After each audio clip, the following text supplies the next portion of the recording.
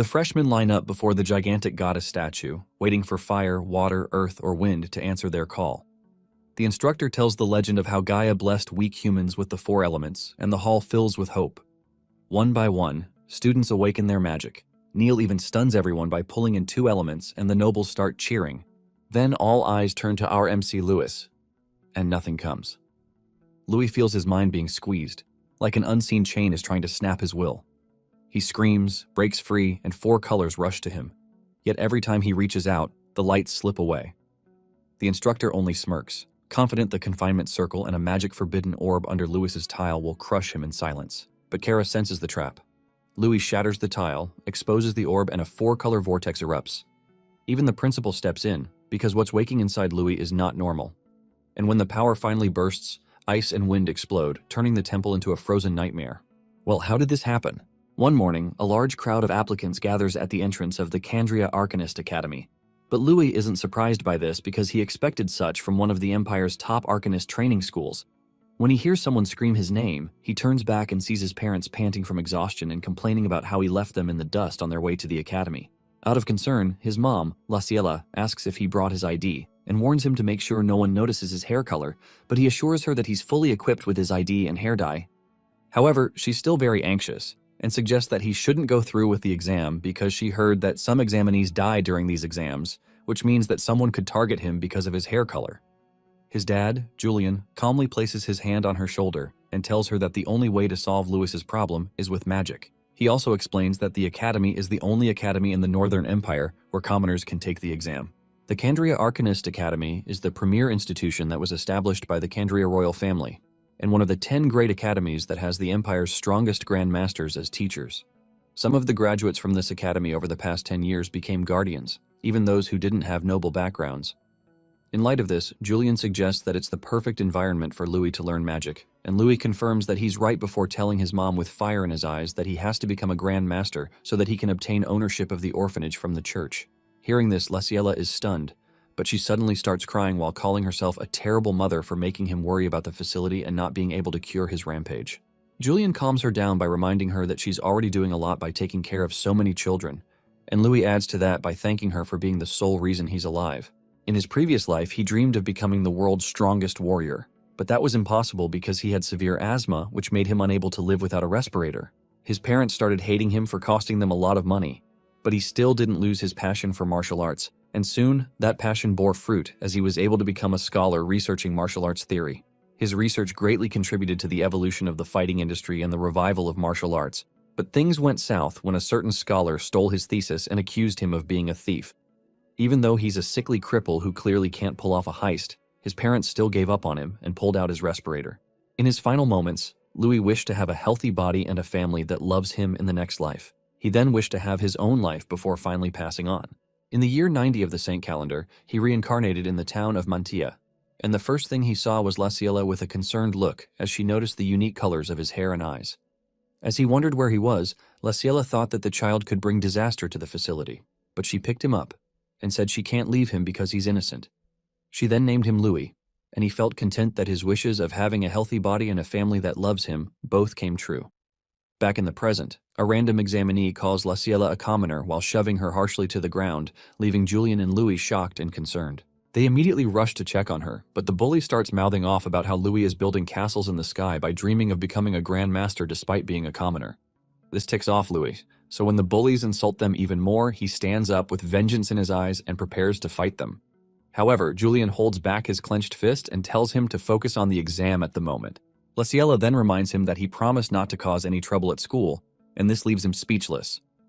After finally calming down, he apologizes to his mom for losing his temper, but this disappoints the noble brutes, so they leave to get their numbers for the exam. As they walk away, some knights tell everyone around to make way because Lord Cain is coming through. Then enters Cain, the heir of the Aranca family, and the people are absolutely dazed by his charming and sparkling appearance. As Louis stares at the bully and Cain, he swears to himself that he'll show these nobles who's boss. When Laciela starts feeling uneasy again, he holds her hand and assures her that he'll definitely pass the exam. He goes even further by declaring that he'll become a Grand Master, and this declaration makes Cain stare at him. As the bullies continue to make a jest of him, Louis runs forward and swears to himself that in this life, he'll become the strongest and protect what's dear to him. While watching him, Laciella asks Julian if Louis will be fine because only 20 to 30 people pass the exam each year, and that year there were 20,000 applicants. Julian assures her that he'll be fine because Louis is more stubborn than anyone, and once he decides to do something, he charges ahead without caring about what others think. He then reminds her that it's their job to support him as a family, and she replies that he's right. Meanwhile, Louis arrives at the exam hall and wonders why everyone around is older than him. Just then, the supervisor of the exam and principal of the academy, Aronian, announces the start of the exam while some suited officials stand in front of the examinees. Louis remembers the fact that in this world, the practitioners of arcane martial arts called martial arcanist are ranked into 6 categories. The saint at the very top, followed by the sage, then the grandmaster, master, fighter, and apprentice. Since the grandmaster is third from the top, it's the privileged class of the world. Principal Aronian informs the examinees that the first test is to climb the stairs guarded by their seniors, adding that the first exam passes are placed right behind them. He further reveals that there are 1,000 total exam passes, and only those who obtain them can participate in the next test. Finally, he discloses that the exam ends once the passes run out, and then tells them to begin the exam. Some examinees feel the exam is a piece of cake, so they rush forward at one of the seniors, but the senior unleashes an ominous aura while welcoming them to hell. He then releases a powerful magical force field that forces them to stop, and after it knocks them out, it's announced that they're all disqualified. While everyone tries to process what they just witnessed, 2 examinees identify the senior as Lord Sheath, the finance minister's son, and the top scorer at the previous year's exam. Suddenly, Louis walks forward while explaining to everyone that Sheath simply released his aura to intimidate them, and anyone weak-willed wouldn't be surprised to pass out from fear. As Louis stands before Sheath, he praises him for having backbone, but states that there's no room for commoners, causing Louis to get angry. He swears that he'll make Louis kneel, and releases a huge wave of aura which makes the other examinees start coughing out their guts. However, Louis stands unfazed, and remembers all the training he's done so far, which makes him confident in his abilities. When Sheath fires a magic blast at him, he dodges and charges forward with his fist clenched. The other examinees look on with their jaws dropped to the floor as Louis scares Sheath by feigning a punch, and they begin to wonder how he pulled it off without using magic. When Louis collects the exam pass, Sheath tries to punch him, but he blocks with his own hardened fist, leaving him shocked that the commoner countered his attack without magic. Principal Aronian stops Sheath from attacking further, and reminds him that the academy treats all examinees equally regardless of their status. As they bow in submission to him, he congratulates Louis for passing the exam, but then points out that his hair color is concerning. Louis is stunned, but when Aronian starts to wonder if Louis's eye color is unusual as well, he makes his eyes gray and shows it to him. However, his tricks don't fool the principal, as he places his hand on Louis's shoulder and promises to prepare a special potion that'll hide his unique traits if he's admitted. Louis feels that Aronian may be plotting something, but he knows his first priority is passing the exam, so he tells him he's going to prepare for the second test. As he walks away, Sheath stares at him angrily, and he wonders why the principal intervened in an exam for the first time in order to protect a mere commoner. While boiling in anger, he swears that he'll never forget the name Louis. Much later, the examinees who passed the first test arrive at the academy's second training ground, where they're told to wait before the second exam can begin. As Louis watches the other examinees chat, he notices that most of the 1,000 examinees left are nobles who received elite education, and there are almost no commoners left. Just then, Sheath bumps into him while passing by with his comrades, and he warns Louis that no one's going to be there to help him the next time they face each other. At first, Louis is unbothered, but when one of Sheath's pals claims that he'd have been disqualified without the principal's help, he smirks while calling them complete idiots.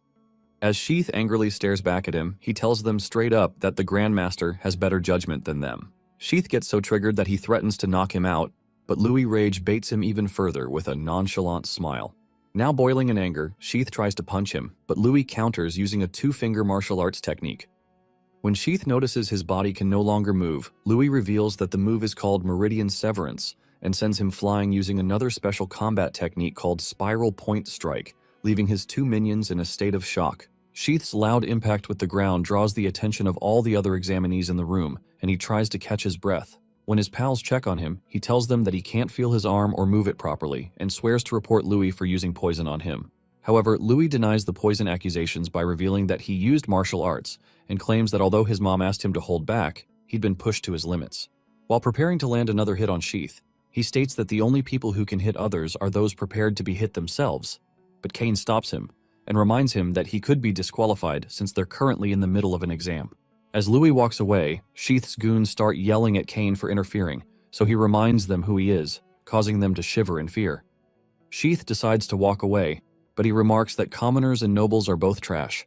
As the failed bullies leave, Lewis watches them from the wall he's resting on and concludes that all nobles are the same as they all use their status to do whatever they want.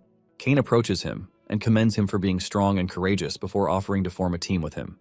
However, some fangirls interrupt their conversation by offering to team up with Kane, and soon, more examinees swarm him, all asking to be his teammate. One of the examinees watching asks his friend how Lord Kane is getting so much attention when he's still so young. So his buddy informs him that he's the young master of the Sage Aranka family, meaning that anyone who teams up with him is guaranteed to pass. Louis starts to get intrigued, but suddenly the principal appears in a dazzling manner and congratulates the students on passing the will test.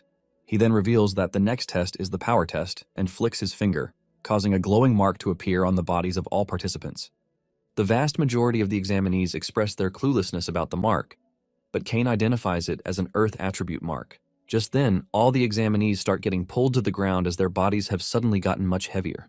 Aronian activates a large magic circle around the area and announces that the second exam requires the participants to fight on the stage while under the influence of Earth magic. While struggling with the strong gravitational pull, some examinees complain that they can't fight in that condition, but one of them points out that someone is walking around like it's nothing, and Kane notices some heavy footprints on the floor. Meanwhile, Louis, the gravity defier they're referring to, easily walks on stage, leaving everyone baffled. Aronian congratulates him for being first again, and Louis smiles while looking at the earth magic strings that failed to hold him down. Kane can't believe his eyes, because even he who received 3 years of master-level training can barely stand. As the other examinees struggle, Aronian declares that only those currently standing can participate in the next test, and uses magic to create a collection of weapons for the qualified examinees to choose from. Lewis immediately claims one of the swords and swings it around to test it out. As the other candidates struggle to hold their weapons, Aronian informs them that anyone who steps outside the stage will be disqualified on the spot. When the exam begins, he orders the other exam officials to release something called bound slimes before vanishing. After he leaves, the examinees start questioning themselves to know what bound slimes are, but Louis notices something falling from above. When the slimes land, it's revealed that they get a point from blocking a slime attack, 2 points for dodging, and 5 points for defeating one. Aronian also discloses that their rank will be determined by points earned in that test, and only the top 100 candidates will advance to the third test. Some examinees feel the slimes are easy to beat since they're low-level monsters that look dumb, but when one of them charges at a slime, it suddenly propels itself towards him and destroys his face. It then attacks a second examinee and charges at a group of candidates while the others watch in shock. Soon the entire battlefield becomes a playground for the slimes as they surround and torment the examinees. Although many candidates are easily knocked out, some manage to dodge and block the slime attacks, so they're given points by the exam supervisors.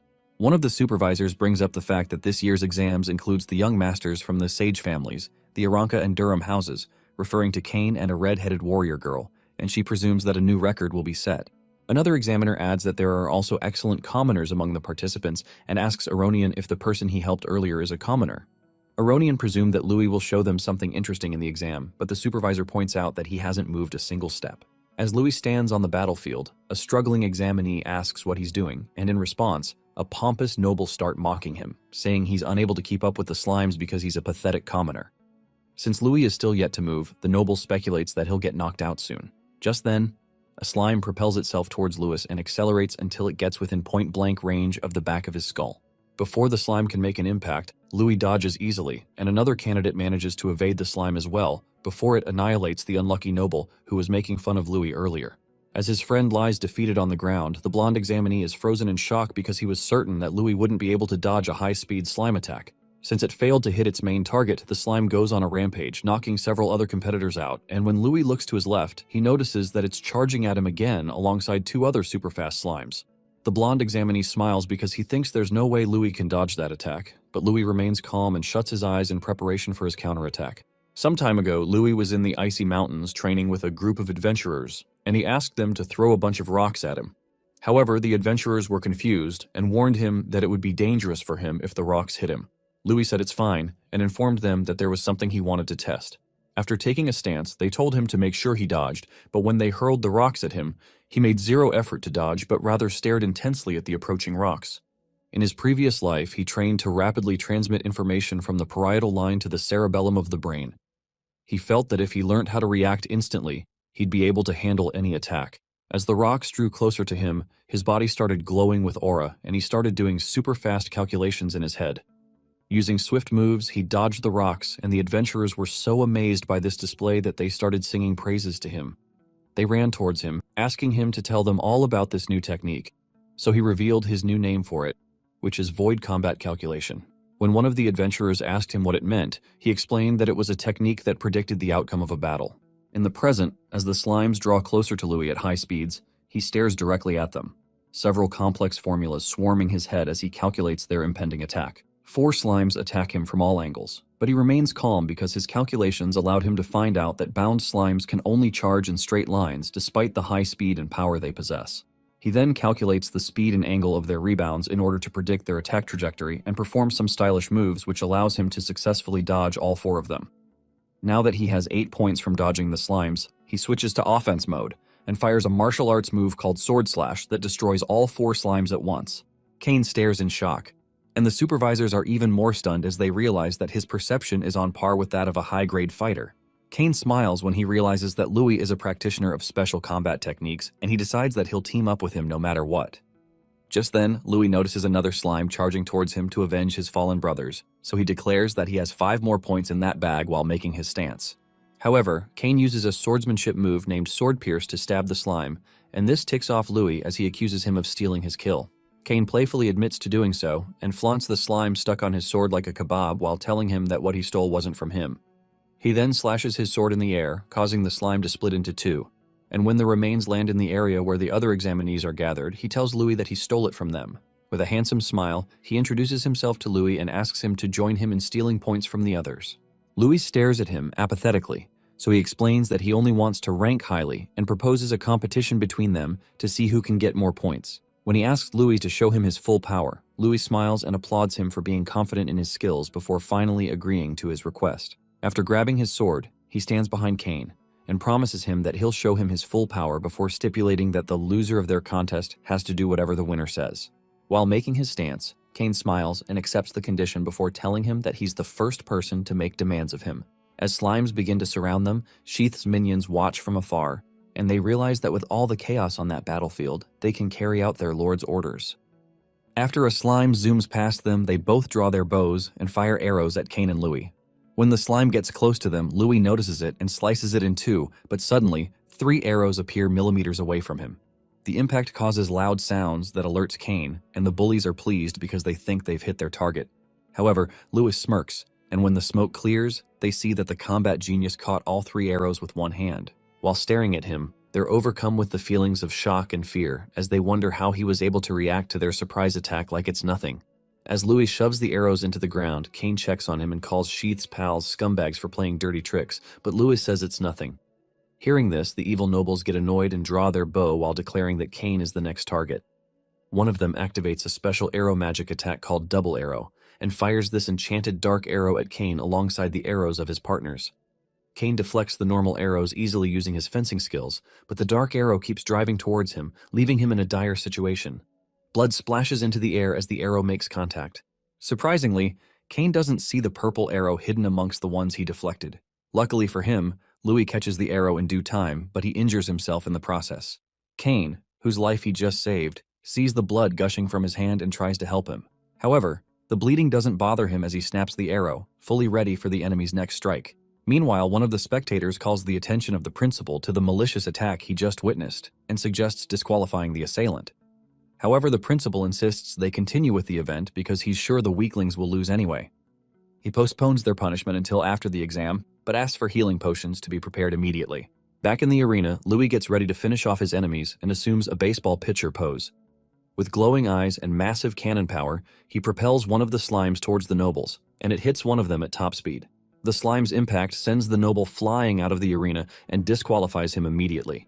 The remaining nobles witness this and start to panic. Just then, Louis, who doesn't intend to let them go scot-free, jumps into the sky and hits another slime at the freaked-out nobles. The slime hits one of them in the face, taking out his teeth in the process. The last one standing gets immersed in fear that he doesn't notice Louis behind him. However, Louis spooks him, and he staggers backwards. Taking advantage of his loose center of gravity, Kane trips the fool, and he falls out of the arena. After defeating the nobles, Kane thanks Louis for the earlier save and asks about his hand.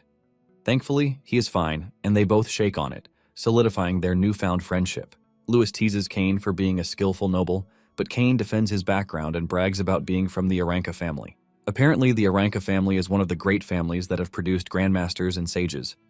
Their influence is so powerful that they rival the royal family and the Arcanist Association.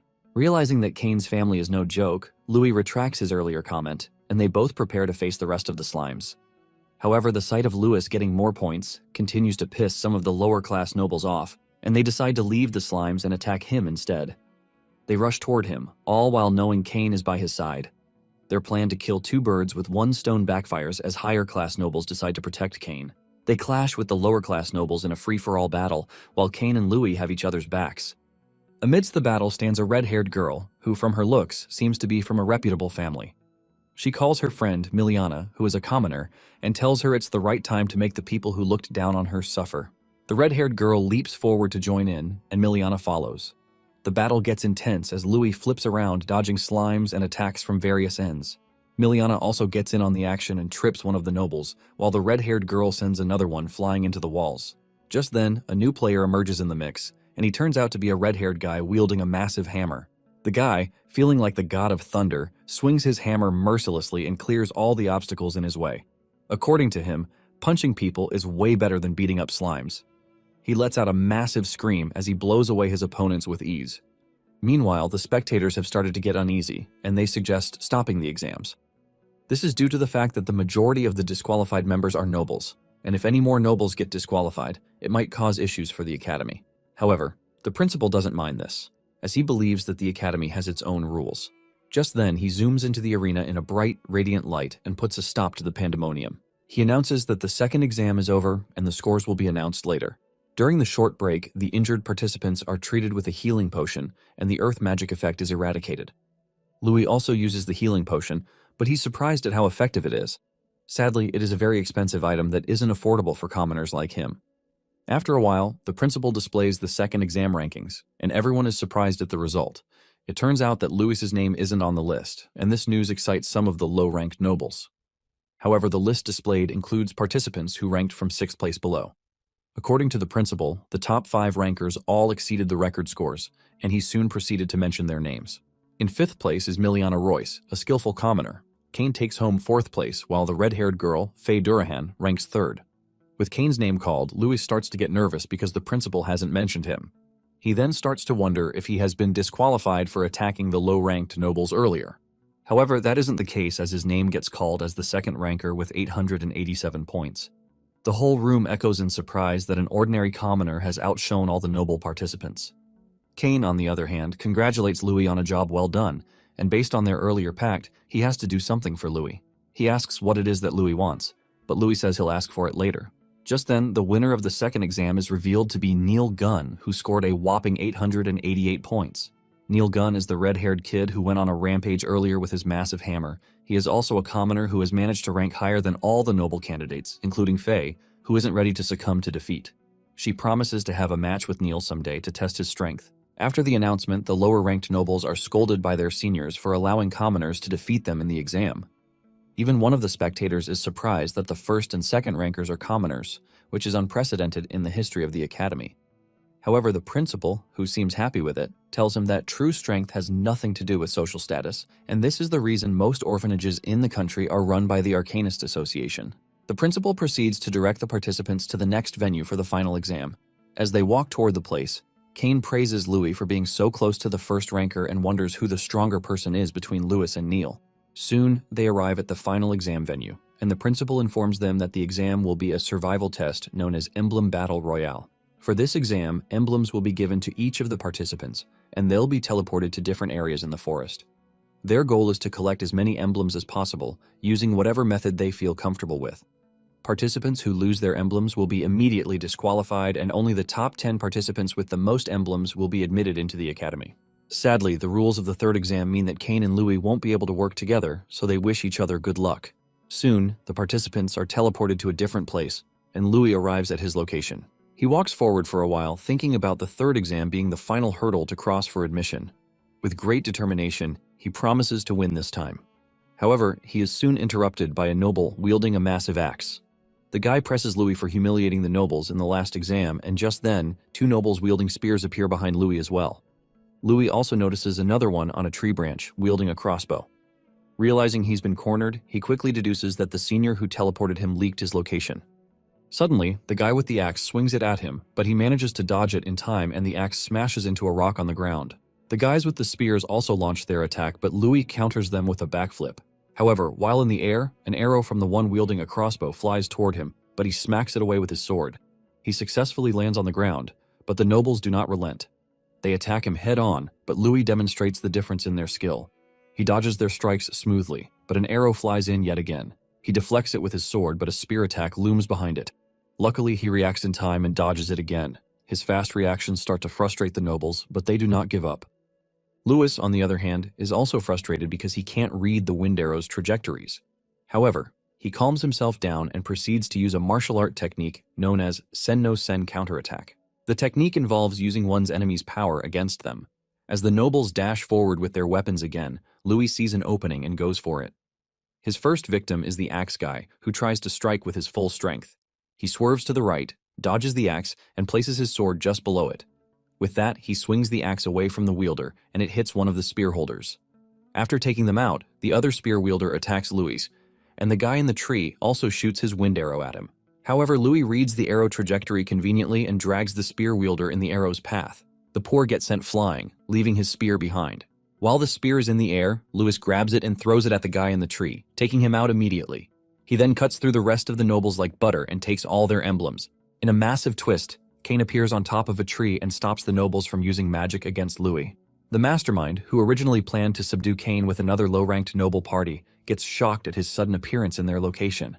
Cain claims he must have underestimated the Aranka family by sending such weaklings to stall him. He then knocks him out cold with a crossbow. Afterward, Cain jumps down and passes an emblem to Louis. He claims things might become more troublesome if it continues like this, and offers to help. However, Louis refuses his help and tells him he will handle his problems himself. Just then, a hidden figure claps loudly and commends Louis' zeal. The figure claims they expect nothing less from the person they acknowledge and consider a rival. The hidden figure reveals herself and turns out to be Faye Durahan. She asks Louis for a duel, and he asks Cain if she's his friend. Cain replies that she's not his friend but a grandmaster's daughter whom he dueled in the past. Back then, he lost to her because he let his guard down and advised Louis to ignore her and collect emblems instead. He warns Louis that Faye can use magic, and her skill level is already at an apprentice level. Meanwhile, their chit-chat starts getting on Faye's nerves, and she scolds them both for trying to run away. Just then, Louis accepts the challenge and claims he has always wanted to know how a member of a great family will fare in battle. This notion excites Faye, and she promises not to use magic to make the fight fair. In a flash, she leaps toward Louis with her spear and stabs him. However, Louis manages to trap the spear under his arms, further impressing Faye. She flips the spear around and swings it at Louis, but he dodges the strike by moving to the side. Just then, Faye leaps forward and tries to hit Louis using the Sacred Lance Slam technique. As expected, he dodges it, and the spear hits the ground, creating a massive hole in the ground. The impact of the spear technique shocks the spectators and the principal watching not far from the scene. They start to speculate on Faye's power and Louis's resilience. They start to wonder how long Louis will last against a great family and ask the principal for his opinion. The principal replies that Louis will not be able to defeat Faye because their battle is a clash of body and will. Based on what he has seen, he doesn't believe Louis has a stronger will than Faye. Just then, their wills get put to the test as Faye uses another spear technique to attack Louis. However, he dodges all her moves effortlessly as if programmed to do so. In the process of weaving the spear, he sees an opening in Faye's body and tries to exploit it. Unfortunately, Faye quickly catches on and counters him instead, but he leaps over her attack and lands behind her. Faye expresses her frustration at him dodging all her attacks and even takes a dig at Cain for lacking such a quality. However, Louis claims the key is observation, and with enough practice it becomes quite easy. Soon, Faye leaps forward yet again with another sacred lance technique known as the Crescent Fall and attacks Louis with it. But once again, he dodges each of the attacks effortlessly. This time he thinks about the various techniques used by spear users, which include thrusts, sweeps, defense, and suppression. Although these techniques are quite troublesome, there are also weaknesses associated with them. One of them includes vulnerability in close combat, and Louis intends to exploit this. He rushes toward Faye and tries to close the distance between them so as to create room for his counterattack. Unfortunately, she reads his intention and smacks his sword. She then tells him that her family's spear technique has no weakness. Suddenly, she starts spinning around with the spear and creates a dangerous tornado. Faye's talent and skill surprise the spectators, and in their eyes, Louis stands no chance against her.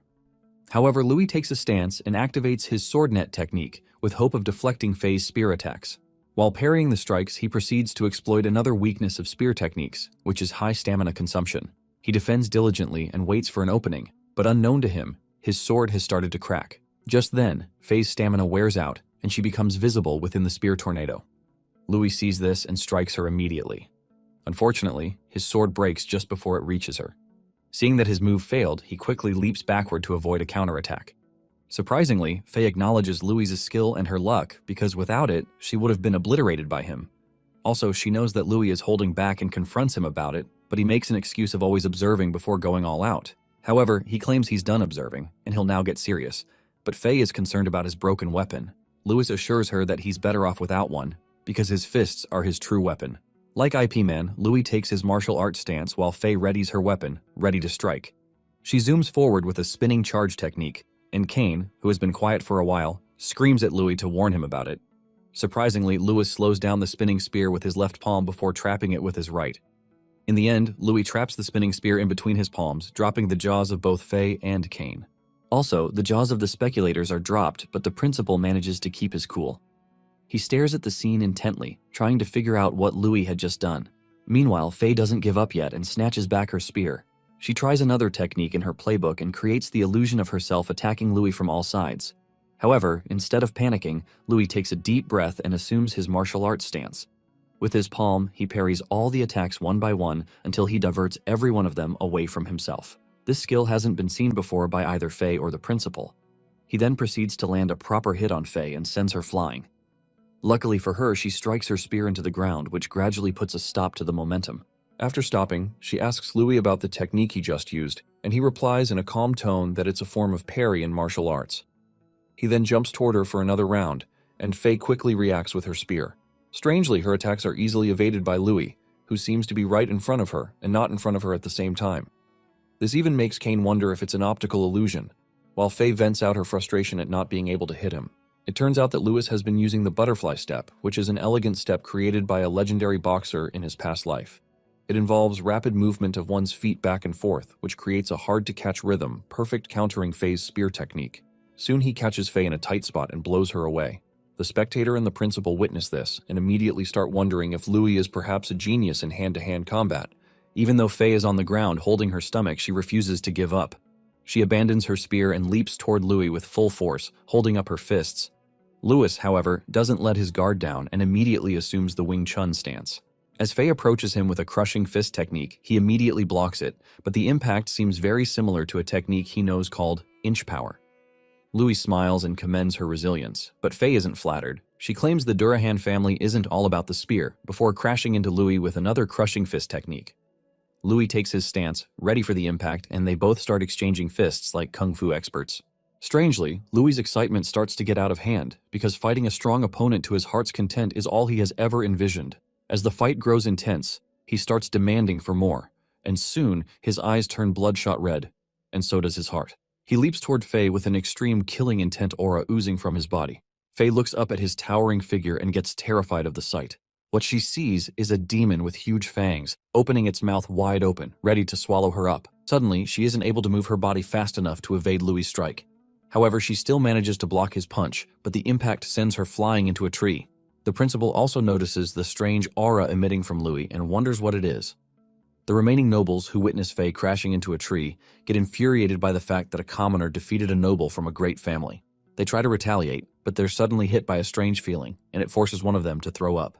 The guy wonders why he suddenly felt sick, but after seeing Louis and his demonic aura, it all started to add up. A jealous noble senior, Sheath, watches the duel from afar with his injured friend Brian, and they're forced to admit that Louis is far stronger than expected. This realization fills Sheath with anger, as his plan to knock out the commoner has completely failed. Brian then concludes that Louis must be eliminated at all costs. Remembering the old legend, he believes that letting someone like Louis live could become an issue later and hopes to end Louis' life as soon as possible. Meanwhile, Louis' rampage continues as he lunges straight at Faye.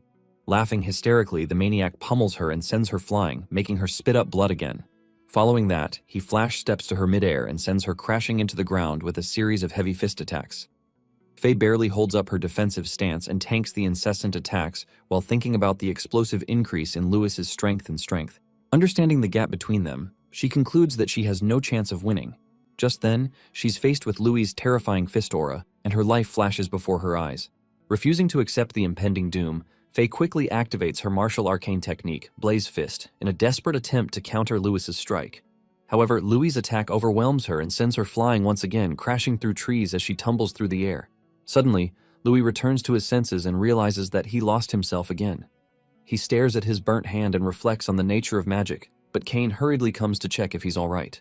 From nowhere, Sheath steps forward and loudly announces Louis's disqualification, claiming his emblem was destroyed during the fight. He orders Louis to leave immediately, but Kane tries to argue, insisting that it was clearly an accident. Sheath then reveals that the principal witnessed everything and demands that Louis exit the exam grounds at once. Before Louis can respond, Faye speaks up and tells the noble scumbag to stop, but the fact that she is still conscious shocks Louis. Sheath accuses her of trying to help the commoner cheat, but Faye shuts him down without hesitation. She then apologizes to Louis for accidentally using magic during the fight, and it stuns Kane, who never imagined she could ever apologize to anyone. However, Louis also apologizes for going berserk earlier, but she brushes it off, claiming that it's fine. Since he forced her to use magic, Faye admits defeat and hopes they get to have another match after their enrollment. Just then, Sheath scoffs at her words, pointing out that Louis only has 4 emblems. Unfazed, Faye pulls out her stash of emblems and hands them over to Louis as a reward for defeating her. This adds 10 more to his collection, and Faye validates the record from the furious noble senior. She teams up with Kane to weed out the weaklings in the exam grounds and make sure no one has enough emblems to disqualify Louis. Kane, who's also on the same page with her, accepts her suggestion, and they swiftly head off to begin their conquest. As they leave, Kane teases her because he always thought she was all brawn and no brains, but she's more concerned with getting more emblems.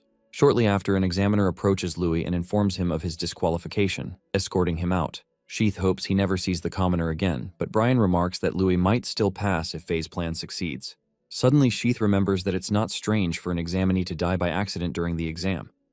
Brian watches him make eerie plans to end Louis's life and wonders what Louis's true identity is because of the unsettling sensation he felt earlier. Later that day, Louis submits the emblems to the examiner and reflects on how martial arts alone can't match magic. He hopes to learn at the academy so he can fuse magic and martial arts. That night, Louis thinks about how to explain his roughed-up clothes to his mother on his way home, and he walks past a shady person. As he contemplates, the assassin attempts to stealthily take him out from behind. Reacting instantly, Louis counters with a powerful back-heel kick that sends the assassin flying backwards.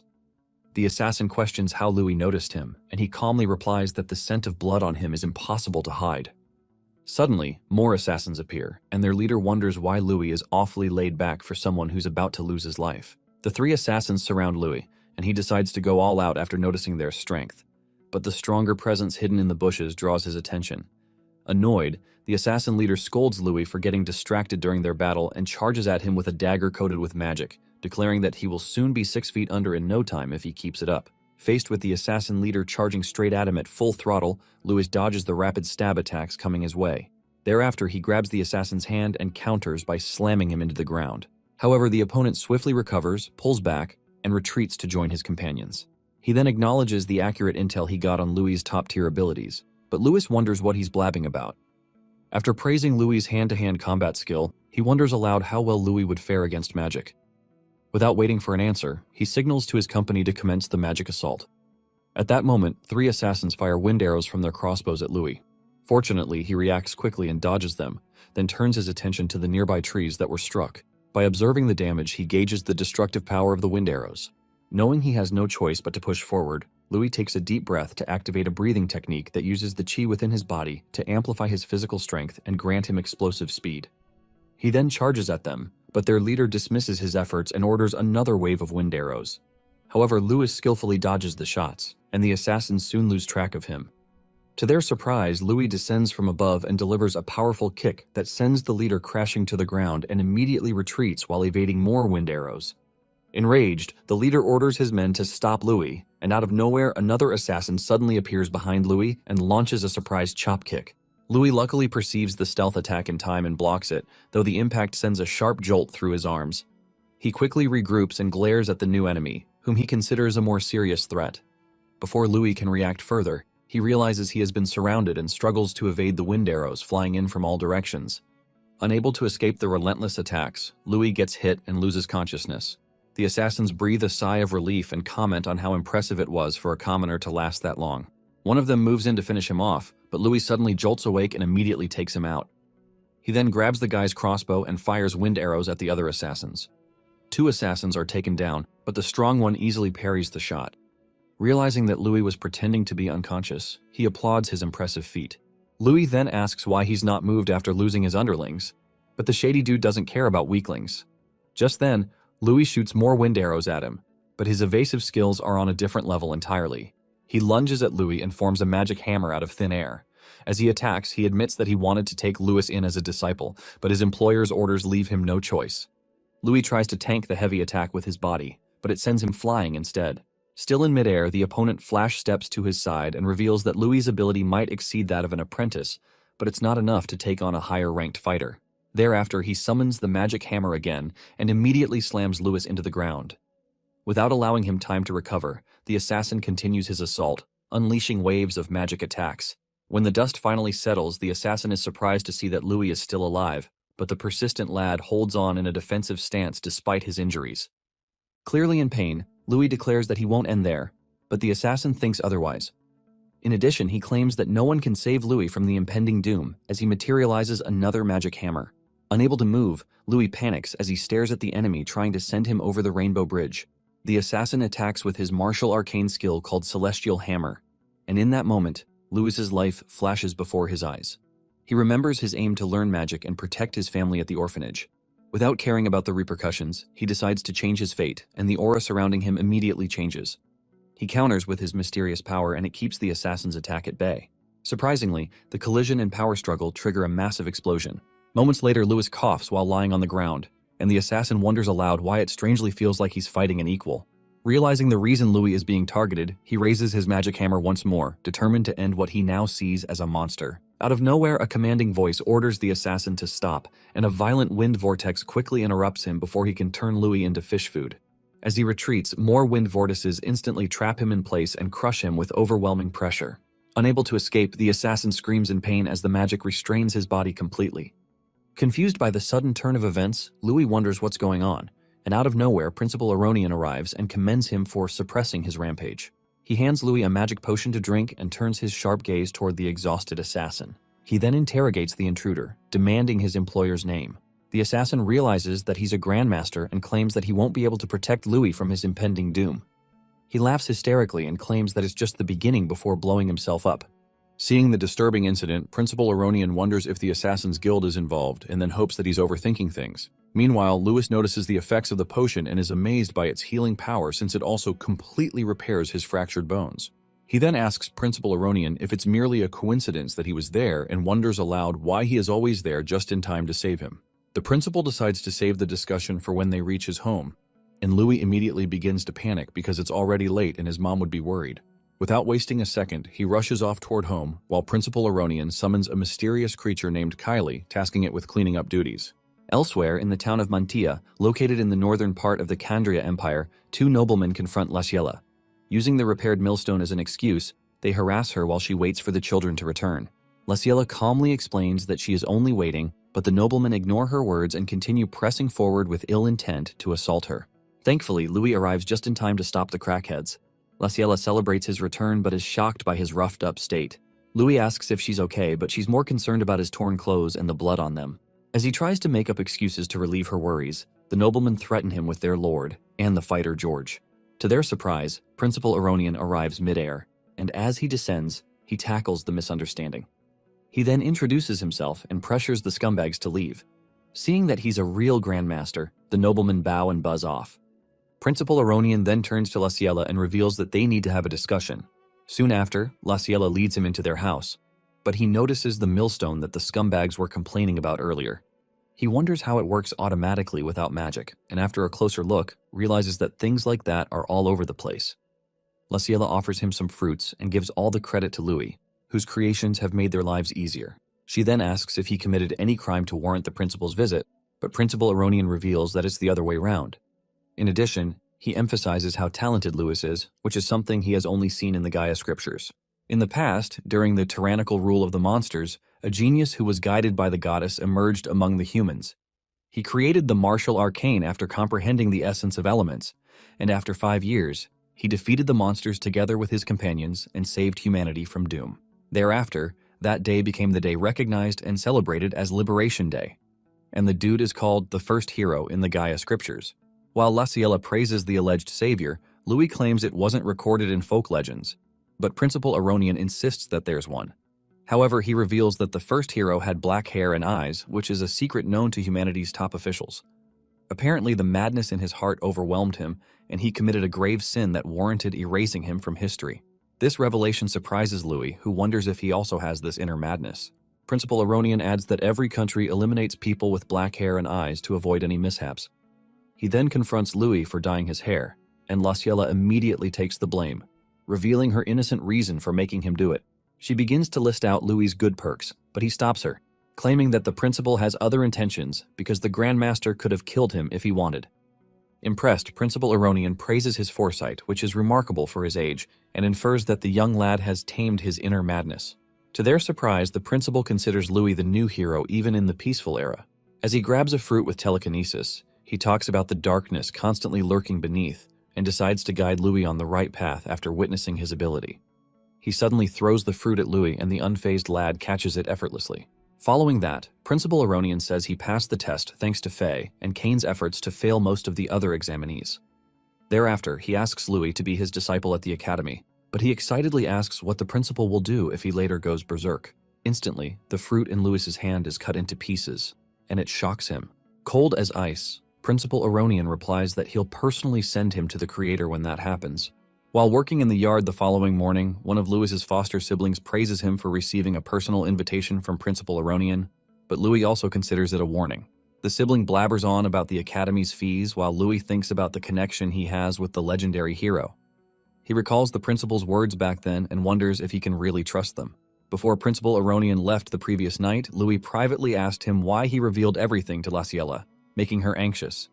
He claimed ignorance would make her a burden, but Louis didn't think so. Principal Aronian then said she needed to know because his family would be in danger if his identity were exposed. Before he flew off, he told Louis to become stronger because it was just the beginning of his trials. After reminiscing, Louis confirms that Principal Aronian is right and decides to get stronger at the academy. Moments later, his younger siblings come over to greet him farewell, and his sister named Lana jumps into his arms. With teary eyes, she asks if he'll visit regularly and makes him do the pinky promise that he'll visit during long breaks. Thereafter, an older sibling informs Louis about the noble's butler calling for him. Soon after, Louis goes out to meet the butler, who immediately confirms his identity and then hands him an invitation while introducing himself as a butler of the Aranka family. Upon seeing Kane's invitation, Louis guesses his intention to strengthen their friendship and decides to play along. The butler leads him into the carriage, and they begin the trip. Later that day, they arrive at the town of Harzan, and as Louis alights from the carriage, the butler briefs him about the Aranka family. Louis's jaw drops upon seeing the great family's huge mansion, but Kane rushes out to welcome him. Kane reiterates that they're now classmates, and Louis says it's thanks to his efforts in the final exam. He also acknowledges Faye's help and decides to let their earlier bet slide. However, Kane says he'd have passed either way since he has Faye's seal of approval. He then reveals his intention to have Louis as his sparring partner while also giving him information about the academy and magic beforehand. Just then, Kane's mother arrives and confronts him for bringing a filthy commoner into their house. Kane claims that Louis is his friend, but she disregards his words and asks Louis what his intentions are for approaching her son. Disgusted with breathing the same air as the commoner, she takes out a gold ring worth dozens of gold coins and throws it at him. She then orders him to buzz off, but Kane isn't having it. As he turns to apologize to Louis, he sees him picking up the ring. Louis reveals how he acknowledged her son's ability and became friends with him. He then asks if she considers Kane's words to be worth as little as the gold ring, and it immediately infuriates her. While glaring daggers at him, she orders someone to throw him out, and the butlers quickly gather around to do her bidding. However, Kane tries to convince his mother that Louis beat Faye, but she doesn't believe the ridiculous statement. Louis affirms it and declares that Kane can get stronger if he's around. His arrogance pisses Kane's mother off, but at that moment the mansion's door opens and a strong wind pushes the butlers out of the way. Kane's father, William, enters and reiterates Louis's confident declaration. Kane's mother flinches and quickly tries to appeal to him, but he walks right past her. Kane bows to greet his father, and Louis also greets him before introducing himself, while thinking about his incredible aura, which is on par with Principal Aronian. William asks Kane if it's true, and he reveals that Louis is stronger than him. Intrigued, William asks Louis to prove it and immediately releases his killing intent, which takes the form of a ferocious tiger. Before Louis can react, the ferocious aura swiftly sinks its fangs into his chest, and he soon realizes that he can't breathe. Just then, Louis panics as he concludes that William seriously intends to end his life. At that moment, William literally stares daggers into him, and his willpower tears a hole in Louis' soul. While trying to gather his thoughts, Louis realizes how terrifying the willpower of the Grandmaster is. However, he has built a resistance to killing intent thanks to continuous monster hunting in the past few years. Looking fired up, the hole in his soul begins to recover with his burning resolve and willpower. The fire in his soul bursts out, and to William's surprise, it takes the form of a dragon. The standoff of willpowers begins, and the two clash for a little while. After the dust settles, Kane quickly checks on Louis and helps him to his feet after losing the battle of wills. Thereafter, William asks Louis why he seeks strength, and he claims it's to protect his family. Without showing any facial emotion, William turns to leave but scolds Kane for his weak willpower and asks him to learn some things from Louis. Unhappy with the development, Kane's mother tries to talk to William about his decision, but he coldly turns down her opinion. Relieved, Kane then decides to take Louis to the training ground right away. At Aranka's family's martial arts training ground, Kane apologizes on his parents' behalf, but Louis says it's fine. He then talks about how extreme William was and tries to relieve Kane's worries by acknowledging his ability. However, Kane claims that Louis is far more suited to be the Aranka family's son, but Louis sees the whole incident as William testing him for Kane's sake. He wonders aloud if it's William's way of showing love, and his words take Kane down memory lane. Looking back at his life, Kane didn't get to leave the mansion frequently when he was little, and he only had memories of eating, sleeping, and training. Apparently, William wishes to raise him into a great sage like his grandfather. Kane soon realizes that he always wanted his father's acknowledgement. But along the way, the mansion became a prison while his status and talents chained him down. The lad kept yearning for the outside and freedom like birds flying across the continent. Unfortunately for him, he's too weak for a world where only strength matters. While he picks up a rapier in the inventory, he notes that swinging his blade is the only way to break these chains. Following that, Kane discloses that his father is also a graduate of the academy and decides to get stronger so he can receive permission to live freely. Kane then turns to Louis, counting on him to make him strong, and the two friends commence their spar. Meanwhile, William watches the duo from a distance and asks his butler about the results of his investigations. The butler tells him that Louis isn't ordinary, narrating his exploits during the exam. After hearing how he defeated Faye and gained Principal Aronian's help on multiple occasions, William concludes that Louis is a troublemaker. The butler then asks why he still allowed Louis in, and William explains how people hone their skills with challenges and grow after overcoming these said troubles. From his intuition, he guesses that Louis can really help Kane get stronger. Meanwhile, Louis, who's fighting without any weapon, kicks Kane backward. Kane recovers and activates a martial arcane skill named Wind Lunge. He charges at Louis with a swift stab attack boosted with wind magic. Unfortunately for him, he runs into Louis's fist, almost ruining his pretty face, and loses the bout. Thereafter, Louis acknowledges the skill but points out its demerits. After receiving the pointers, Kane then understands why Faye couldn't defeat Louis, but wonders aloud why Louis is staring at his face. Louis takes the rapier from him and asks if he ever felt something was off with his fighting style. Unable to understand what he means, Kane reveals that he's using the Aranka family's techniques that are passed down in the family, and they made his father and the grandfather strong. Louis tells him about other paths, and Kane wonders if the path is different from that of his predecessors. Just then, Louis returns the rapier to the inventory, shows Kane a dagger, and calls him over to make plans to surprise his father. Out of nowhere, the duo surprisingly lunges at William armed with daggers, but right before that, Louis takes a moment to lecture Kane on the importance of speed in martial arts. Referring back to the slime test during the academy exam, he explains that speed is not just about movement, but also reaction time and the ability to make quick decisions. Coincidentally, Kane's natural speed pairs well with his wind attribute, but the difficulty of using thrusting weapons is high. Louis hands Kane 2 daggers and tells him that what worked for his father and grandfather may not necessarily work for him. He then guesses that it's the reason William stopped growing after reaching the Grandmaster level and asks Kane to change to a specialized combat style to maximize his talents. Louis asks if he's up for it, but the dude is ready to do anything to gain freedom. Louis acknowledges his determination and quickly explains how the new combat style works. Following that, they make plans to jump Williams and unveil Kane's ability and determination. Soon after, they charge at William, and Kane immediately activates his wind magic support spell, Accelerate. The spell boosts their speed, allowing them to close the distance rapidly. The sudden burst of movement worries the butler, but William calmly stops him and easily dodges Kane's attack first. Afterward, Louis flash steps to his side and unleashes a wave of slashes, but William dodges them effortlessly. While at it, Louis considers daggers the fastest weapons and then decides to combine them with combat techniques. Just then, Louis uses his martial art, butterfly step, hoping to shock his opponent with his explosive speed. The skill surprises William a little, but he still keeps dodging the wave of attacks. Kane follows suit and uses his aerial skill to boost himself. In the midst of the chaos, he suddenly realizes that his body feels so light, and it gives him a sense of freedom he has never experienced before. Seeing how compatible he is with the weapons, he decides to fuse his combat techniques and wind magic.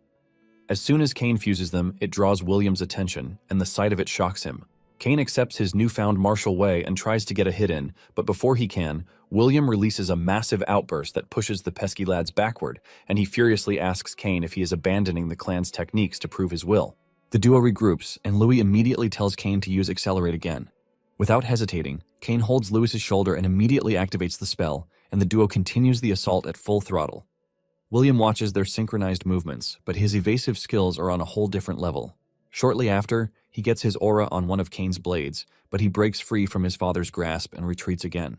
This infuriates William, who immediately calls him a coward, but Kane recalls Louis's lectures earlier about the merits of retreating. He soon regains his footing and confronts his father again. However, Kane dodges again, using a tornado spell, and regroups with Louis. The duo charge at him from behind, screaming at the top of their lungs while hoping their next attack connects. Earlier, Louis had taught Kane about a baseball technique known as a change-up. He demonstrated how altering speed can deceive opponents, making even slow movements appear dangerous. He explained that when used correctly, it disrupts an enemy's timing and delays their reaction. If an opponent hesitates for even a moment, that delay can be exploited. Now the duo puts the technique into practice, attempting to overwhelm William through unpredictable speed variations. William casually dodges their attacks, dismissing the slow attacks as nothing against him, but soon after, Kane's delayed attack surprises him. The blade grazes William's shoulder, damaging his fur. The successful hit excites the boys, and they continue the incessant attacks, but to their surprise, William claims it's enough. He orders Kane not to disgrace their family's name and then leaves the training ground. Kane, thrilled by what he believes to be his father's approval, accepts the command and celebrates with Louis as William departs alongside the butler. As he walks away, William reflects on the techniques the duo used against him. The hit and retreat tactics linger in his thoughts, and the idea of strategic withdrawal begins to interest him. He materializes a dagger, realizing that he may have learned something new from the children.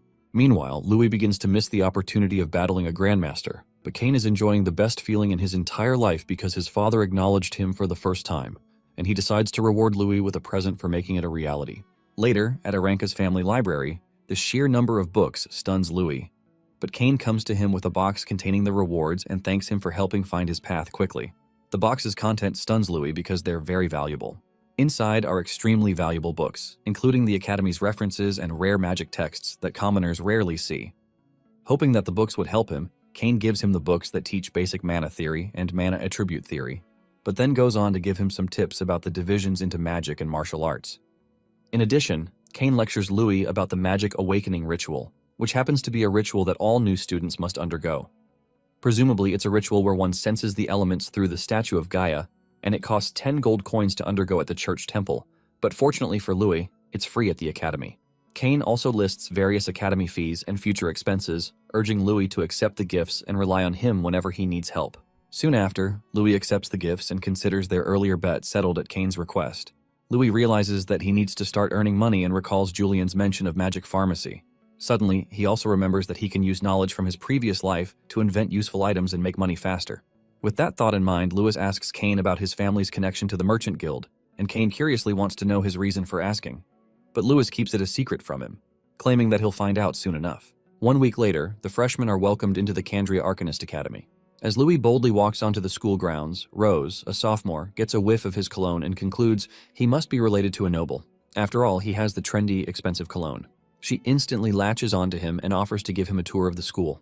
As Rose leads him inside, she informs him that because the emperor has gotten old, the imperial heirs have been fighting with the nobles and great families at the academy. It's all thanks to the principal that things look calm on the surface. But behind the scenes, there's a fierce struggle for educational resources. Because of this, any student who gets targeted and fails to earn points can get expelled. With that, Rose touches his cheek and asks him who his family supports. But a guy named Brian shows up and refers to Louis as a commoner who broke the exam record. This shocks Rose because the cologne on Louis isn't something anyone can afford, so she gets mad and walks off. Louis then shakes Brian's hand, and Brian informs him that the academy is a miniature empire, and Louis will face many people like Rose. Suddenly, Kane calls out to Louis, and as soon as Brian sees him, he walks away. Surprised, Kane asks Louis what he talked about with Brian, and Louis mentions how they only greeted each other. There, he learns that Brian is the Chancellor's son. From behind them, two familiar faces show up, and Day, being one of them, calls Brian weak-willed and says she doesn't like him.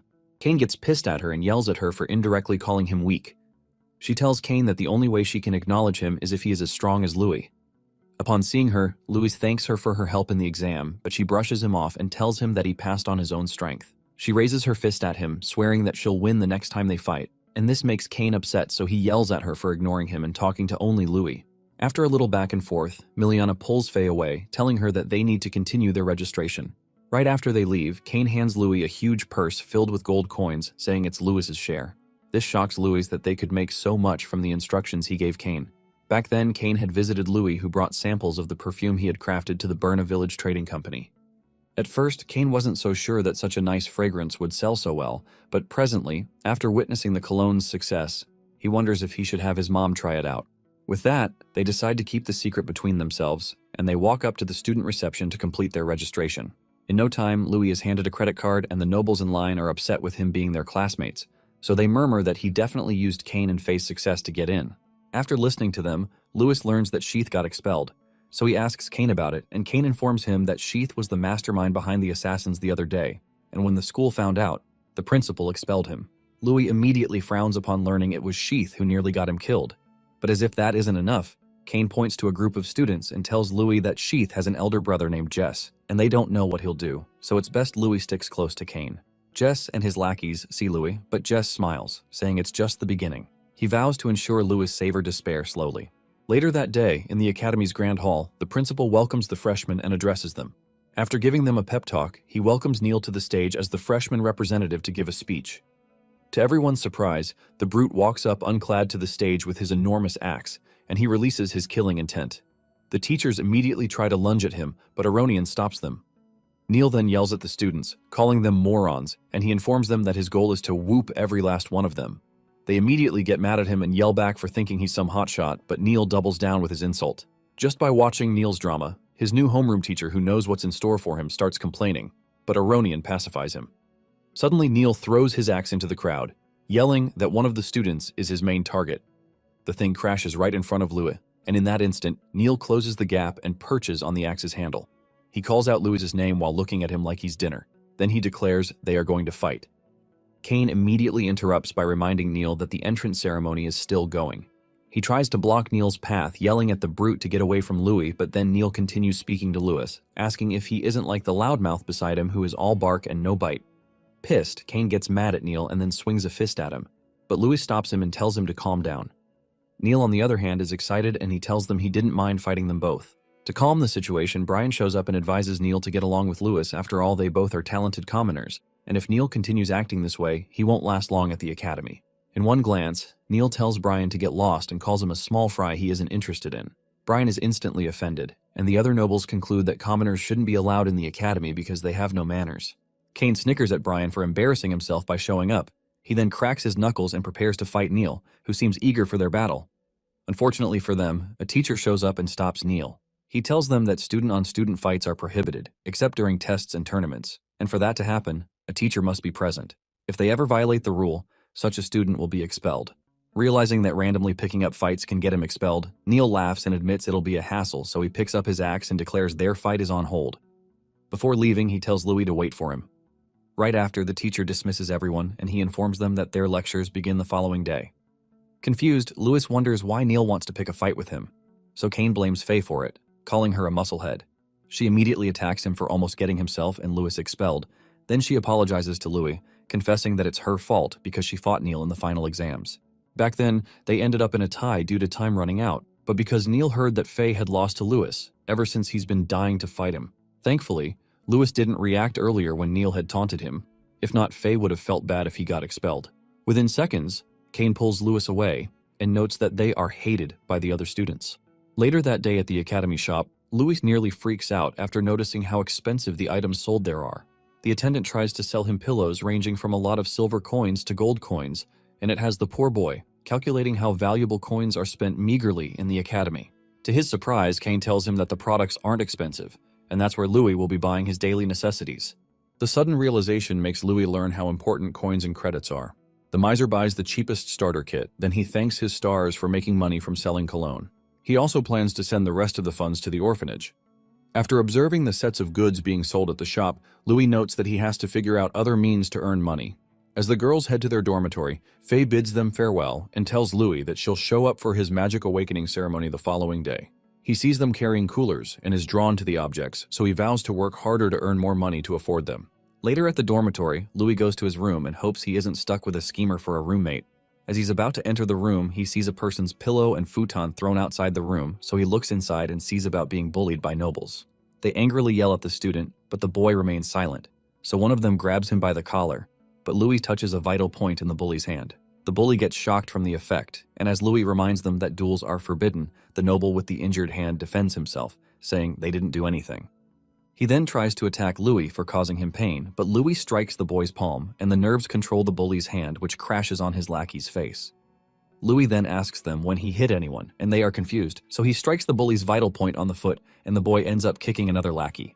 While the bully tries figuring out what's happening, Louis strikes him one last time, and the boy's body falls on his friends.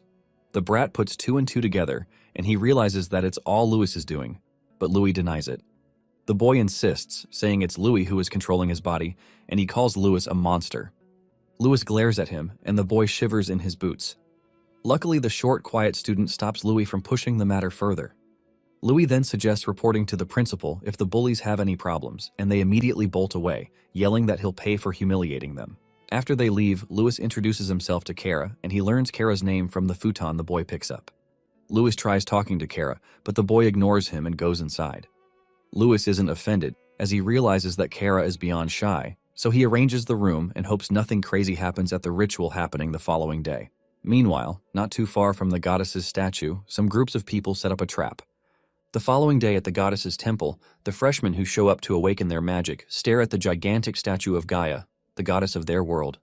The instructor then narrates how Gaia had one time created the world for humans and monsters to coexist, but monsters began to wield their overwhelming power, conquering the sky, land, and sea. Because of this, the brutal power struggle between them bathed the world in their blood, and humans were not exempt from the chaos. This pissed Gaia, so she bestowed her blessings upon the humans who lacked magical power, and they comprehended the four elements of the world.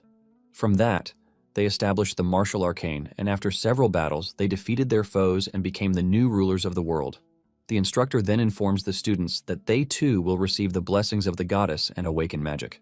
After listening to his story, Louis looks stern, and he notes that the instructor didn't mention the first hero. Kara notices him, but they are suddenly called by the instructor, and he tells them to follow him. The man takes them to specific tiles and instructs them to sit on them, because if they have talent for magic, they'll sense the elements. But if they don't, then the academy does not need them. The man says all that while glaring at Louis, and moments later, he instructs the others to sit. Louis noticed the instructor's glare, and it made him wonder if the man hates him. Once everyone is seated, the instructor tells them how the four elements are the foundation of their world, and to grasp them, they should sharpen their minds. With that, he begins the chant, and the next thing, the elemental symbols light up the statue, and it amazes the students who see a giant avatar of the goddess floating in space with multiple elemental bubbles scattered around her. As they concentrate, many students are bestowed one of the four elements. Some rejoice while some complain because the element they got didn't suit their proposed career path. Suddenly, Neil is surrounded by a flame vortex from two elements, and everyone is surprised that he's got both earth and fire attributes. At this point, they wonder if Neil is a genius for commanding both elements to his bidding. Excited, the muscle head ignites his flames and rejoices, while ordering the elements to obey him. He then glances over at Louis and declares that if Louis can't awaken, then he isn't his rival, so he says Louis shouldn't disappoint him. The others follow his line of sight, and they expect Louis to also shock them. But they see that there aren't any elements around Louis.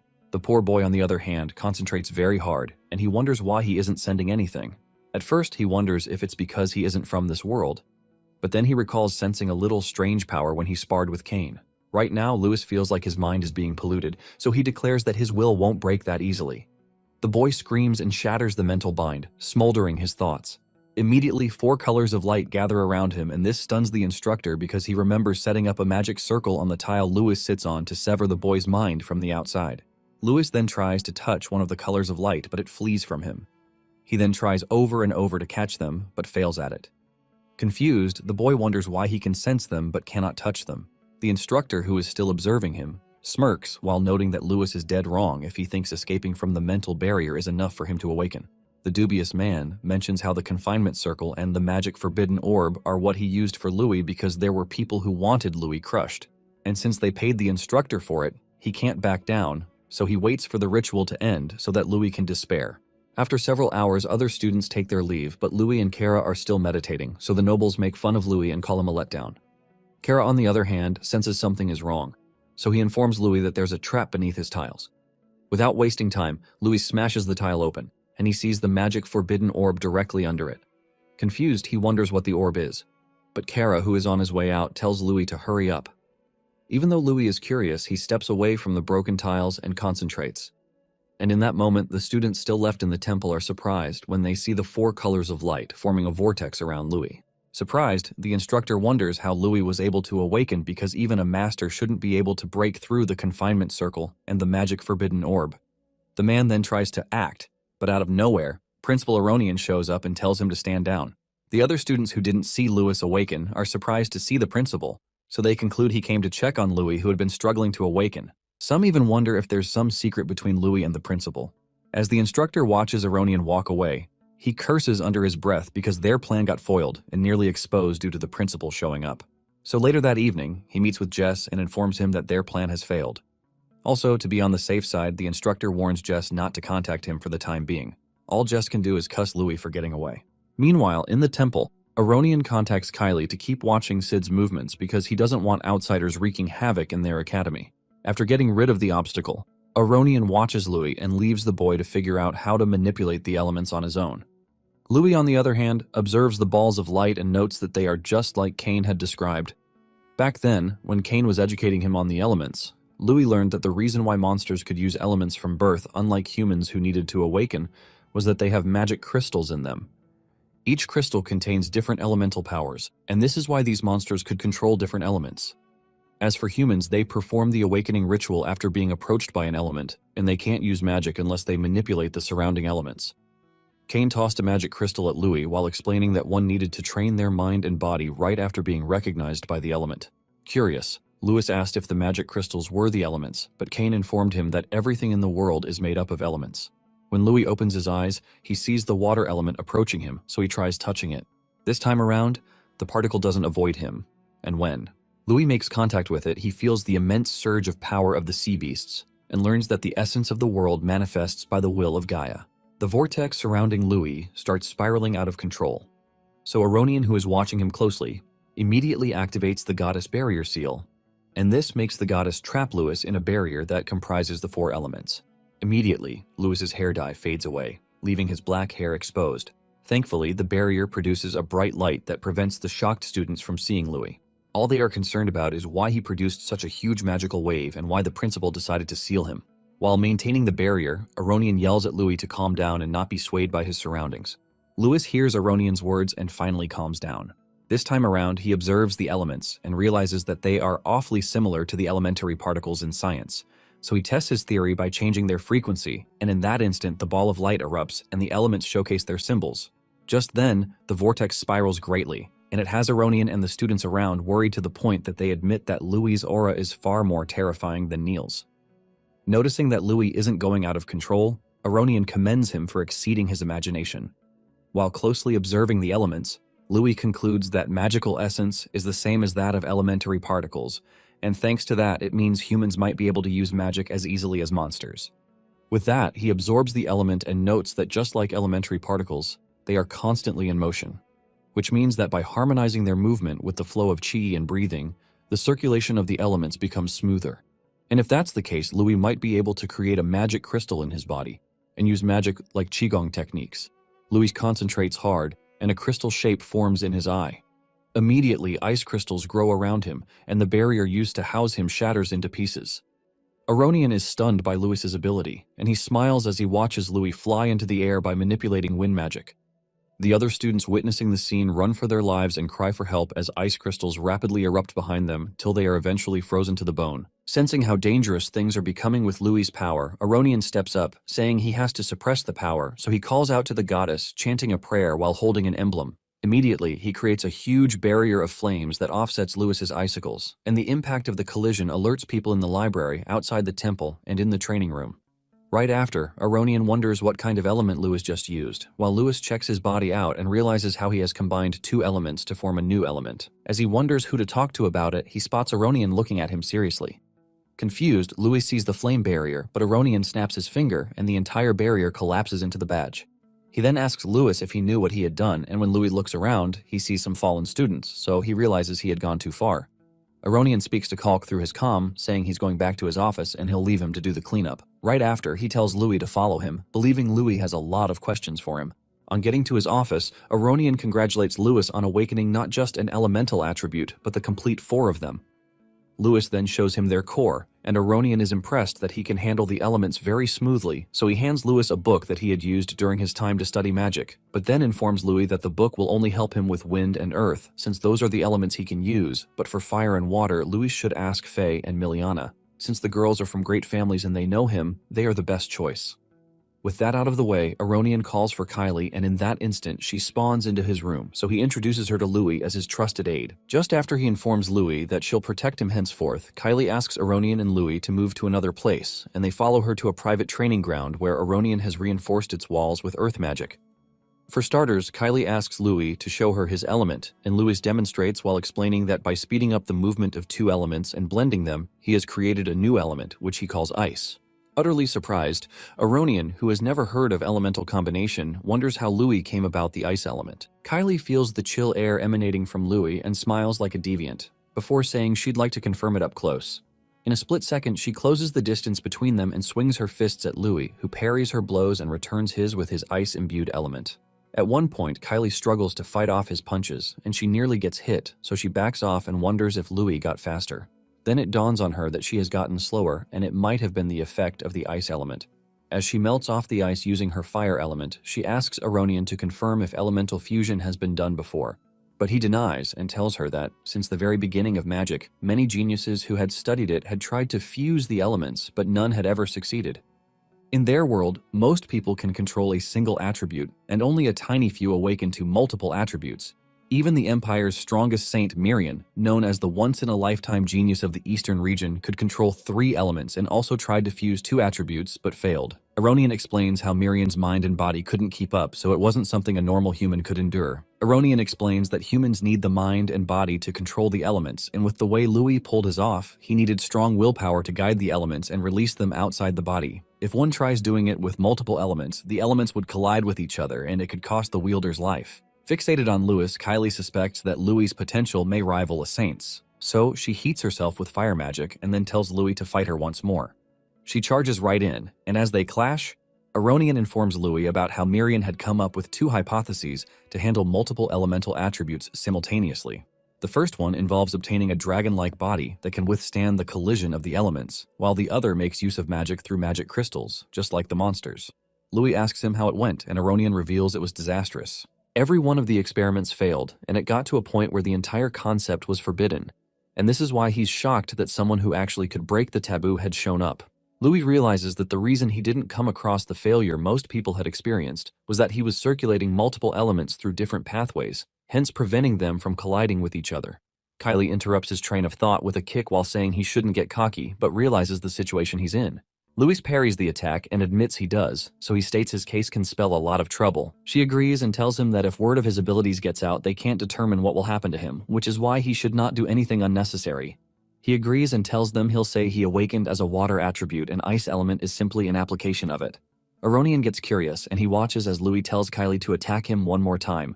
She charges at him with a flame fist and he creates a ball of water and suppresses it with so much pressure that it offsets the flames when they clash. Kylie and Aronian are shocked by the discovery, how Louis converted water into ice. While Aronian can tell that what Louis did wasn't magic, Kylie asks Louis how because her flame can't melt it and the ice ball is also radiating heat. He informs her that liquids can change form under intense pressure and he successfully pulled it off thanks to applying his knowledge. Aronian promises to teach Louis how to use his powers properly, and he promises to give him credits if he makes discoveries. After witnessing Louis' powerful attack, Kylie wonders why Aronian still wants to protect him. Also, she believes Louis simply made a fluke, but then Aronian talks about how some coincidences are also written in historical magic books, so he won't want to deny any possibilities. Left with no choice, Kylie accepts the task to guard Louis while noting he is like a high-maintenance student. She walks off and then teleports using her flame magic. After she leaves, Aronian tells Louis that his classes will start tomorrow, so he should head back to his dorm. Before Louis leaves, Aronian hands him a mental health recovery potion to use. Louis tries it, and when he walks back to his dorm, he doesn't feel tired at all, so he considers meditating till dawn. He enters his room, and to his surprise, he sees Kara still awake, waiting for him. He walks to Kara, and as he thanks Kara for saving him earlier that day, he wonders how Kara knew it was there. So Kara hands him a trading company's card. When Louis looks at it, he realizes that's why Kara is so knowledgeable. As Kara heads to his room, Louis asks him if the way he helped a commoner like him won't get him targeted, but Kara simply thanks him for worrying and shuts the door. Although Louis does not need the business card now, he notes that he might need Kara's help in the future.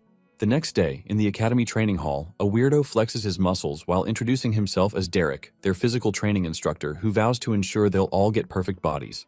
Immediately, the students see him, and they are creeped out by his weirdness, but Louis admires his physique, while noting that the mind and the body are the foundation of martial arts. Derek sees Louis and Flash steps right behind him, before observing him closely and admiring Louis's physique. He stares at Kane disdainfully, saying the qualities of heirs of great families have declined. He leaves their sides and explains that it's time to let their seniors demonstrate how to use the training equipment. Just then, the seniors walk into the training hall while insulting the freshmen for being unreliable due to losing to commoners and great families. They vow to show them the gap between the apprentice class and fighters. Derek tells them to get to it, so one of them informs them that the weight is reinforced with earth magic. He sits down and casually lifts a ton worth of weight. They are shocked as they watch the seniors easily defy all odds in the exercises. Derek then tells them to get to it, and the freshmen nearly lose their souls to the equipment. The seniors make fun of them, but they are stunned when they see Louis lifting 10 tons and smoking the treadmill with his speed while heavily clamped down with weights. He spins so fast on the device that it creates a tornado. Everyone watching is shocked, and they wonder if Louis doped, but then they note there's no magic potion reaction. Out of the corner of their eye, they notice Neil also giving it a go. Neil lifts 15 tons, then runs on the treadmill while carrying 20 tons. After proving himself, he tells Louis to compete with him and use it to settle who's really on top. Louis refuses by telling Neil that their goal is to build their body, and showing off their strength to others is pointless. The senior, who had worked himself to the bone to impress the freshman, gets mad and attacks Louis, believing Louis was insulting him, so he yells at Louis, saying he shouldn't get cocky because he's a little strong. He asks them for their attributes, and when Neil proudly says he has 2, the dude freaks out. Neil then asks Louis, and Louis lies to him that he only wields water. Immediately, the senior hears him, he laughs at Louis and makes fun of him by indirectly calling him a waste because of his water magic. Confused, Louis asks what's so funny, and Miliana explains to him that the water attribute only has Aquablade as an attack skill, and it's more suited to defense and support. Because of this, most people look down on it compared to other elements. The bully continues making fun of Louis and informs him that there's no single water attribute grandmaster in history. He yells at Louis to continue living his life as a support, and this pisses Louis off, who confirms with him that the highest rank a water wielder can attain is a master. As the upperclassman makes fun of Louis, Kane and Faye speak up and tell him to shut his trap. As the sides argue, Jess meets Derek and talks about how handling magic requires toughening the body, which means endurance training is perfect for that. Students will need to take hits on purpose to raise both control over mind and physical toughness, so Jess proposed a friendly match that doubles as endurance training. He vows to show them with his body how useless water attributes are. Kane reminds Louis that Jess is Sheath's brother, and he's clearly aiming to beat Louis to death since the water attributes are not great for protecting the body. Prepared, Louis tells Derek that there's no such thing as a better or worse attribute. Amused, Derek asks Louis if he's accepting the challenge, and Louis affirms while stating that he'll fight the seniors and prove he's right. Kane worries for Louis, but Louis calms him down, and Derek commences the bout while informing them that they can use magic only in the central area. Before they commence, he tells them that dodging attacks is strictly forbidden, and this riles Neil up, who burns with vigor. He requests a challenge, but the seniors turn him down because he has a dual attribute. One of the seniors walks to face Louis instead, with the plan to educate him, so he uses his magic and makes an earth armor, then leaps at Louis with murderous intent. Suddenly, a fist strikes him squarely and sends him crashing to the ground. The entire audience is shocked, and even wonders how Neil could hurt him so badly through his ultimate defense, earth armor, in one hit. Upon seeing this, Jess orders the other seniors to take Neil down, and they immediately dash at him, and this gets Neil excited, so he rips off his shirt and starts taking in their blows. After taking a few, he calls the attacks light work and then says all of them are way too weak. In that instant, he grabs one of their legs and swings him like a baton, flinging him away. The Rocky fella leaps just in time and informs Neil that his back is wide open. He punches Neil squarely in the back, thinking he got him. But to his surprise, his armor shatters and he screams as blood spurts out of his injured wrist. Neil turns back at him and belittles the attack, calling it a mosquito bite. The injured dude holds his broken fist and notes that Neil concentrated all his magic on one spot on his body, and he wonders how Neil, who just recently awakened, is controlling mana on par with an apprentice. Neil sends him crashing into the wall, and Derek uses the fallen fodder as an example to the freshmen by instructing them not to forget their basics or they'll end up like him. Lewis is terrified by Neil's brutality, but then other upperclassmen leap at them to strike them. Faye, Kane, and Miliana offset their attacks with the same elements. With the others occupied, Louis stares at Jess and says it's time for the main event. Jess gets pissed just by hearing Louis talk about himself like a main character, so he vows on his position as the heir of the Harry family to teach Louis what a noble's dignity, pride, and manners are. He instantly leaps at Louis and fires a wind arrow attack, but Louis uses his highly condensed water as a shield and it transforms into ice. The ice shield stops the attack, and as it grows, Jess automatically backs off. By the time he looks at his hand, he trembles as he sees it frozen over. Confused, Jess asks Louis if it's water magic, and Louis affirms, calling the ice an application technique of water magic. Miliana and the others are surprised by it since it's their first time seeing such a technique, but it pisses Jess off, and he agrees with Brian that the freshmen are nothing but troublemakers. As he considers using a particular technique, he sees Neil mollywopping his colleagues, so he smirks at Neil, who immediately charges at him to strike him down, but Jess moves past him with ease and baits Neil to come after him. Neil gets pissed, and he crashes every time he tries to hit Jess. At one point, Kane kicks him away while telling him to calm down. Jess dodges him and goes toward Louis, so Neil follows right after him and tries to crash into him, Hulk style, but Jess safely jumps away. Louis also leaps out of Neil's range, and in that instant, Neil attacks him with a roundhouse kick from behind. Thankfully, Louis sees it just in time to react to it with his ice. Then he insults Jess for being shameless for performing a sneak attack, which contradicts his talk earlier on pride and honor. Jess simply scoffs at Louis and says he simply made the right decision to win. Neil leaps into the air to strike Jess, and he nearly hits Louis, who immediately dodges and lands back on the ground. Jess aims for Louis' head with a dropkick, but Neil smacks him away. As Jess falls bleeding to the ground, Neil asks him why he can't understand that teaming up is the best strategy. With Jess out of the way, Neil then tries to hit Louis multiple times, but Louis evades all his attacks. Derek eagerly watches their fight and calls Neil a battle genius, even suspecting he might be better than William. As Neil continues his strikes, Louis grabs his hand and then hits him on the throat, calling it Neil's weakness. As Neil steps backwards and gasps for air, Faye yells at Louis for attacking Neil in a dangerous area, and due to her distraction, Neil grabs Louis's arm. Then he tells Louis to feel the pain, so he headbutts him and calls Louis an insect, and he hopes to have a brutal fight. Louis, on the other hand, reminds Neil of how the school rules warned them not to intentionally hurt others. But because Neil has crossed the line, he plans to get serious with him. In that instant, he uses ice magic on Neil, who holds him, and Neil replies that Derek had told them to show off their proud body, so he isn't running or hiding. Immediately, the ice envelopes Neil, and Louis asks him if he prefers something tougher. Without wasting time, Neil, who is fuming with fury, tells Louis that he doesn't need to ask. After all, the pain is unbearable. Neil activates his flames and destroys Louis's ice. He then punches his own arm before stating that fighting Louis makes him stronger, so he beckons to Louis for them to continue. One time when Neil drank by the river, a pack of wolves attacked him, and that was the first time he felt pain, so he grabbed them by their snouts and tore them to shreds with his brute strength. That was when he got enlightened and concluded that pain is not only the proof that one is alive, but also what makes him stronger. He believes only the strong can survive in their world, and that's why he wants more pain. He leaps into the air while calling Louis's name and states that they are the same because they are monsters starving for power.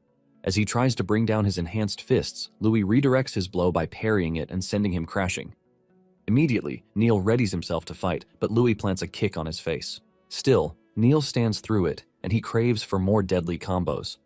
Faye and Kane worry about Neil getting himself killed, so they decide to rush in, hoping to save him, but Neil stops them by yelling at Louis that he isn't done. While he swings his fist, Louis wonders how to stop him without breaking the school rules, so he thinks of freezing him in place. He avoids Neil's blow and tells Neil to calm down before striking him in the chest with Ice Tempest. The move sends Neil flying and crashing into a huge ice barrier. Neil, despite complaining that it hurts, ignites, unleashes his flame magic, and his muscles tighten as if absorbing all the hits into energy which he plans to unleash. Derek is amused, and he folds his hands, hoping to witness some drama from Neil, who tries to get back on his feet and prepares to continue fighting. Suddenly, Kylie spawns out of nowhere and knocks the daylights out of Neil. She calls him a muscle-headed idiot who has gone too far. Immediately, Derek sees her. He scoots over and acts like a fangirl, but she brushes him off, while warning him about how his taciturn attitude can nearly get a student killed. He complains about how her harsh remarks hurt, then clears the air by saying he would have stepped in if things got dangerous, but he only wanted to draw out their true potential. She looks at him with disbelief and informs him that she's been tasked to protect Lewis, which means he should know why. As she leaves, she tells Derek that Aronian would like to see him in his office. Derek knows he's in it for a long talk, but then he wonders how strong the freshman can get. He orders Neil to put on his clothes and swears he'll let it slide just this once, but the next time Neil goes wild, he'll fuck his credits. Neil, on the other hand, only thinks about how he couldn't endure a master's attack and how he'll go broke just from buying clothes, so he concludes he'll hunt monsters for cash. The bell rings, and the teacher calls it a day for them, so he orders the upperclassmen to go first while the freshmen rest and drink some potions. He promises to push them harder from their current status, and he warns them not to cower or cry. Kane meets up with Louis and asks him if he knows the number of times freshmen have beaten their seniors. Louis struggles to answer since he isn't a dork, so Kane tells him that it's been 3 times that such an occurrence has happened in their school, despite the 100 years since their school was founded. Not only that, in those years where the freshmen beat their upperclassmen, several grandmasters came from that freshman class. Louis asks him for the recent set, and Kane says it was the year their fathers enrolled. As Jess and his lackey leave, the lackey apologizes and thinks about taking care of Neil and Louis in the shadows. But Jess calls the 2 freshman geniuses who stand head above the rest. Then he praises his follower for doing well. He calms the boy by telling him there's no need to rush, because they'll have plenty of chances for revenge. After all, no matter how much of a genius they are still citizens of the Empire, and as nobles, Jess and the others are the key people who control their fate. Later that day, Faye talks to Miliana about Louis's talent for water magic, and she believes that if Miliana sticks around Louis, she might get stronger. Miliana instantly admits that she cannot copy Louis's technique because not a single person has ever used such strange techniques. Miliana realizes she has to come up with more water attribute attack options. Faye tells her not to worry that much about it since she's still young, but then Miliana steals her resolve, admitting that she has to push herself for her family's sake.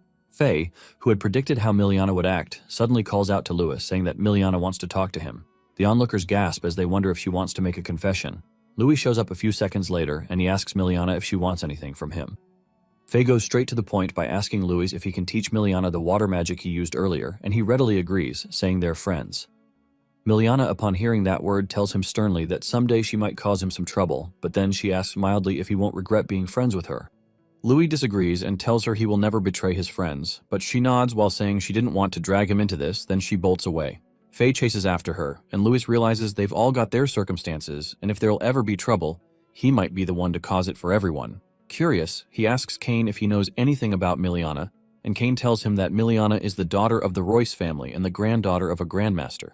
Back when her grandmother was alive, the Royce family was thriving, but after she passed away, they lost their influence. He doesn't know much about her family, so he advised Louis to ask Faye. Louis then asks Kara if he knows anything, and Kara reveals that the Royce family is associated with the association. Louis gets more curious, so he asks for more details, but he realizes he'll have to ask Faye or Miliana herself for the rest. Later that day, at the first magic training ground, the next instructor, named Sid, teaches them about how magic is the goddess's blessing and the true essence of their world. The man plans to teach them how to handle magic and use martial arcane. As he introduces himself, Kane notices Louis sighing, so he asks why, since Louis seemed excited for the class. Louis then explains that he feels Sid hates him. Immediately, Sid shows up and scolds him, saying he shouldn't chat while the class is going on. He then minuses a credit from them while stating he's not like Derek, so if they continue interrupting, they'll eventually hit 0. As he walks off to continue his lecture, he scolds Louis once more and subtracts a point, stating that Louis should learn proper noble etiquette, culture, and how to behave as a student. Sid then creates magic, and once he unleashes it, it transforms into a giant statue made from earth. He continues his explanation on how one needs to master both magic and martial arts to use martial arcane in real combat. While amping his hand in mana, he tells them that if they want to become a full-fledged apprentice, first, they must learn to manifest mana into a weapon, and once they've done that and can cover their whole body with arcane armor, they can become a fighter. In that instant, the mana takes the shape of a sword, and he swings it while telling them to control mana with their body, connect with it through their mind, and channel it through their movements. From that distance, the swing mana blade cuts the statue and the students are very impressed. As Sid finishes his demonstration, he tells them he'll later have them all attack the stone statues in that same way, and the student who deals the most damage will get 5 credits. Before they get on with that, he orders them to form groups based on their attributes. Neil gets exempted due to possessing a dual attribute, but then, Sid orders students with water attributes to go to the side, practice arcane armor, and then they should help with warm-ups. As Kane splits up with his team, other students make fun of Louis and Miliana for having the weakest attribute. Miliana feels sad for being stuck at practicing support spells and not being given the chance to attack the statues like the others. She notes that she wants to prove her strength to someone important to her, but at the current rate, she can't help the person become a grandmaster. After listening to her, Lewis wonders who she's talking about, and he even suspects the person is someone from the Arcanist Association, so he asks Miliana what's wrong, but she shakes her head while saying it's nothing, and it doesn't have anything to do with him. Curious, he asks her why she's fixated on attacking since water magic is used more for support magic and other attributes. He talks about how important it is to disrupt enemies and protect allies, but then Miliana tells him she wants to become a grandmaster and restore the Royce family, and to do that, she must have the ability to attack and defend. She then mentions that the goddess wouldn't create an incomplete attribute and there must be powerful attack spells for water, just like the others. Miliana goes on about how she tried boosting the Aqua Blade with magic potions and developed multi-hit versions, but in the end, it couldn't make up for the water's lack of firepower. As she wonders if water cannot reach Grandmaster, a fellow student calls out to her and instructs her to warm him up with Aqua Shield when it's his turn. A few moments later, he tries to attack her with wind, but she blocks it with her water shield. While at it, Louis relates to Miliana and realizes she's similar to him from his previous life. Back then, he was made fun of for researching martial arts when he could not exercise due to his awful asthma. During those times, they'd bully him while looking down on him and instructing him to give up on impossible dreams and die. He sees how she's still pushing like him, despite the odds against her, so he wonders if, like the case of Kane, he can show her a new martial path. With that, he takes a step forward and helps her create ice, which drives the other student away. He eagerly tells Miliana that he believes in water's potential, then he asks her to watch his technique. She blushes, seeing how close he is, and asks him if he's serious. To prove himself, Louis calls out to Sid and asks if he can also try attacking the statue, but Sid warns him that failure to damage it will cost him some credits. The harsh man looks down on Louis while insisting that Louis should keep practicing mana control for the time being, and he asks Louis if he plans to use ice magic. Louis tells him he has thought of a better way to increase the power of water magic attacks. On hearing this, the other students laugh at him, believing it's impossible, and even Miliana tells him how the statues are special artifacts made from rare magic ore and reinforced with earth magic, and that's why a normal water spell won't scratch them. She worries about Louis losing all his credits, but he pats her, saying it's fine and he's got a plan. He walks straight to the statue, and while grabbing some sand, he notes that the people of this world don't know of the saying that what is soft overcomes hard. With the sand he scoops up, Louis notes that if he applies high pressure and fire at the statue at high speed, it'll become a weapon that can cut through anything. In that instant, he slices the statue multiple times with the jet stream pressure, and the students who at first wonder if anything happened see as the statue is cut into pieces. Even Sid is shocked to see such a reinforced statue fall into pieces like a sashimi. With that, Louis tells them it's the power of water magic. Later that evening, as the students leave for their dorms, Kane makes fun of Sid by telling Louis and Kara how Sid's face went pale when he saw Louis pull that impossible move, and after handing Louis 5 credits, Sid bolted from the room seconds after the class ended. Louis, on the other hand, says he was so focused on water training that he didn't look at Sid's face. Kane then suggests they inform Faye about the water magic Louis had used because she's been working hard to find a new path for Miliana, and she's been buying her a lot of pricey mental recovery options. He reveals that Faye plans to rent the training room in her free time for extra practice, and it'll be a good chance for Louis. Kara casually mentions how renting the training room costs 30 silver coins, and the pricey mental health recovery magic costs about 300 gold coins. This shocks Louis, who finds it insanely expensive. So he reaches out to Kara and asks him for a favor, stating that they've got a training mission in a few days. On D-Day, Derek marvels at the students, commending them for improving their physical stats, so he informs them that they'll be taking part in academy training missions, and it's their duty and chance to get stronger. Since their current meetup spot is right outside the Great Forest, Derek tells them about how the academy is connected to the forest, which used to be a territory that housed powerful monsters, but now it simply serves as a border to other nations. Derek tells them that monsters still live in the forest, and the closer one moves to the forest's center, the more powerful the monsters they meet there, and the opposite can be said about the edge of the forest. Derek then reveals that the academy was built nearby partly to defend against the Empire from the monsters in the forest, and it's why they send students periodically to help exterminate some monsters during their training missions. He tells them that magic crystals gotten from the mission can be exchanged for credits and rewards when they return, and the student with the biggest loot gets a bonus. However, if they push their luck and end up fighting monsters above their power, and they need Derek to rescue them, they'll lose a credit point. While Neil prepares for the onslaught, believing it's the time for him to cut loose, Louis tells Faye that he plans to use the real combat experience to train Miliana, since such a position is the best time for people to show their real power. With that, he suggests they form a team of 5. After all, they've got the teamwork, and it's very efficient compared to paying to rent the training room. Once Faye asks Miliana about her opinion, Miliana immediately agrees, so Derek tells them they'll go first and will take their first training mission together with some seniors. He calls it a good chance for them to take advantage of their experience and learn a lot. Unfortunately for Louis, the seniors are Jess's crew, and they tell Louis's team about how dangerous the forest is, so they should peel their eyes open and ensure they don't get themselves killed. Louis tells Jess not to worry about them because people only grow when they overcome danger. Jess feels insulted, so he calls Louis a cocky brat while he walks off towards the forest with his crew and instructs them not to help Louis's team if a fight breaks out. Kane briefs Louis about Jess's team by saying that the team can't directly interfere in the training mission because the teachers always watch, so Jess and his crew will try to lure them into the forest and try to make them fight stronger monsters. Louis sees potential cash in the mission, so he agrees to it, and Kane calls him a piece of work.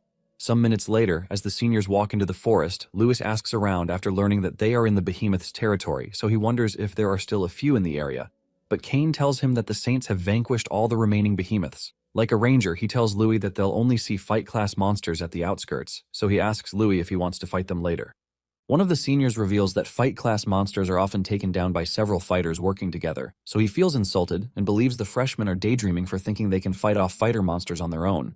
Just then, a fighter-class grand bear appears right in front of them, so the senior leaps to a tree branch before saying he'll leave them to handle it while he watches them. After observing the bear, the senior notes that the bear looks very strong among the others of its class. With Louis' signal, everyone takes their battle position, and the bear roars at them. They charge right at it and evade its clawed swings. Kane especially uses wind magic to avoid being sliced off. Then he attacks the bear with his twin blades by using gravity as momentum. But the attack deals no damage. The bear tries to swat him, but Kane evades, and before the bear can do a follow-up, Kara shoots flame at it. The bear gets pissed, but Miliana binds it with water magic before hurling it deep into the forest. Surprised, Louis asks Faye about Miliana's move, and Faye tells him that it's Miliana's original move, which is the combination of water magic and jujutsu. Impressed by Miliana's move, Louis dashes right below the bear and says he cannot afford to fall behind. Then he kicks the bear far into the air and compresses water magic before throwing it at the bear like a Rasengan, and immediately it strikes the bear, and the monster dies. The entire party is shocked at Louis for killing the bear in one move, when other attributes barely scratched it. Louis then informs them that he used steam, and to achieve the result which killed the bear, he simply compressed heated water to a point that, when released, it detonates, resulting in steam which can burn targets and even interfere with their breathing. Louis explains how tough skin cannot protect oneself from internal damage. As Miliana wonders if she can perform it, Louis hands her the rings and tells her that he asked Kara to get them from his trading company because with them, she can use the other elements. Louis got the idea from watching Sid, and then he noted that he could openly use his multiple attributes. As Miliana thanks him and puts on the ring, someone fires a fireball at her. The fire attack barely misses, and it vaporizes the bear. The upperclassman who was watching them quiver as he watched the bear was instantly charred. Louis tells them that something is getting closer, and the senior freaks out after seeing multiple blaze kongs heading their way.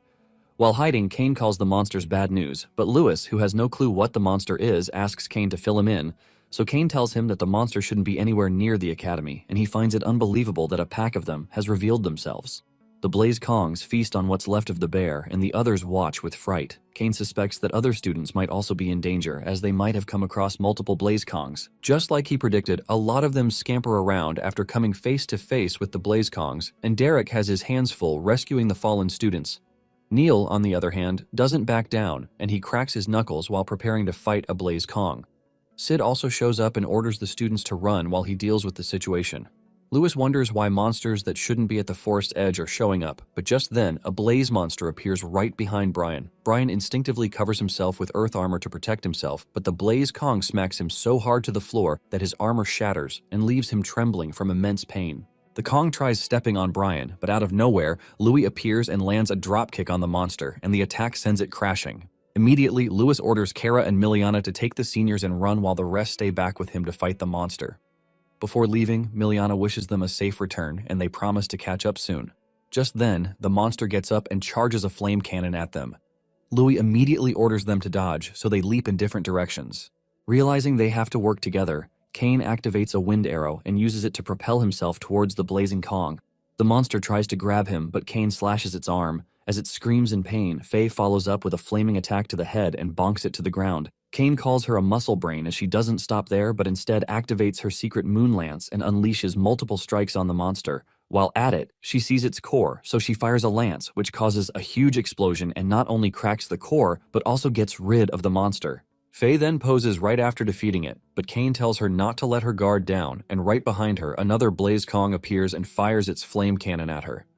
Thankfully, Louis blocks it with his ice shield, then he freezes the ground up until it traps the monster in a huge block of ice. Faye thanks Louis for saving her, and she can't believe that the ape still survived being trapped. Suddenly, it breaks the ice with its flame cannon, so Louis pushes Faye out of the way. They watch it in shock as the monster's wounds close very fast. Louis gets an eerie feeling and notes that it's similar to what he got from Neil back then. Neil, on the other hand, keeps on trading fists with a giant ape, and he also recovers his wounds. Meanwhile, Derek watches as the monsters charge at him, and he calls it a hassle because they keep regenerating, so he fears for the students. Louis and his group form a tight unit, and as they watch the monsters approach, Louis notes that things are bad. Towards the forest outskirts, Kara and Miliana get knocked out by the monsters, and after the creatures leave, Brian wakes up and smirks, saying preparations complete. He plans to use the defective monsters to eliminate Louis. Suddenly, the monsters around Louis' group activate arcane armor, and Kane finds it unbelievable. They attack the group, and as everybody splits up, Louis sees that all the creatures' eyes are turned his way, so he wonders why he's being targeted. To make matters worse, all the Blaze Kongs charge up their flame cannons to a very huge size and simultaneously fire it at Louis. His teammates worriedly scream his name, but the explosion rocks the entire forest, and Brian calls the mission a success. Derek and Neil sense the explosion, and as they wonder what has happened, blue light shines through the flames, and a whirlwind overpowers the flames. Kane and Faye see the source of the light and learn it's Louis, who covered himself with a huge water barrier. Shocked by his level of control, Faye tells Kane that Louis is doing only something a master or someone above can pull off, and Kane realizes that Louis was hiding his true strength from them. The aforementioned accelerates mana circulation within his body, and he temporarily uses it to achieve master-level mana control, but the strain is so great that Louis will soon hit his limit, which is why he must end the fight as quickly as possible. Louis creates a ball of water, which he compresses before firing it at the apes. A huge stream of water shoots out at them, and he freezes the ground. Louis follows up by hoisting himself with ice, and the high-speed movement helps him charge towards one of the apes very quickly. He lands a fist on the monster and ice grows out from it, causing the monster to die. Another monster tries to attack him from behind, but as soon as Louis's foot touches the ground, he creates ice, which boosts him away from danger. The monster's fist hits the ground, and it is surprised that its fist is covered in ice. Louis then moves around in their midst, and after creating 8 trigrams, he leaps into the air and fires continuous palm strikes at the monsters. Since they are unable to move, they are totally covered in ice that shatters their body into bits. As Brian loses the apes, he suffers a terrible migraine and confirms a theory. Faye and Kane, on the other hand, are impressed with Louis for taking out the whole Blaze Kong pack in an instant. After defeating them, Louis notices that he feels he can control his wind and mana more easily than before. Kane immediately runs to him and praises him for his effort, but Faye tells them they need to get out of the forest as quickly as possible before they get ambushed. To her surprise, Louis tells them they are fine because the teachers have come to help. Shortly afterwards, the teachers show up, and Brian grits his teeth before punching himself in the chest and saying, "Louis got lucky this time." Moments later, Aronian appears in the forest, and he sees a lot of collapsed students. He spots Louis, Faye, and Kane and asks them if everyone is safe. Kane and Faye inform him that Louis had taken down several Masterclass Blaze Kings on his own, and without him, they don't know what would have happened. Aronian gets curious, and Louis sparks his curiosity by telling him that something feels off. Then he shows Aronian a frozen part of the defeated monster. Aronian tells them to head back to the academy while he and the teachers handle the matter themselves. Later that evening at the dorm shop, the shop owner praises Louis for racking up lots of credits, and she wishes she had gone. Curious, she asks him why he's buying so many mental recovery potions because using too many of them is bad for his body. Louis replies that he's aware, but just then Kylie shows up and asks to speak to him privately. As they walk outside, she informs him of the findings the principal had examined from the Blaze King corpses using alchemy, and they found traces of magic drug use and artificial modification.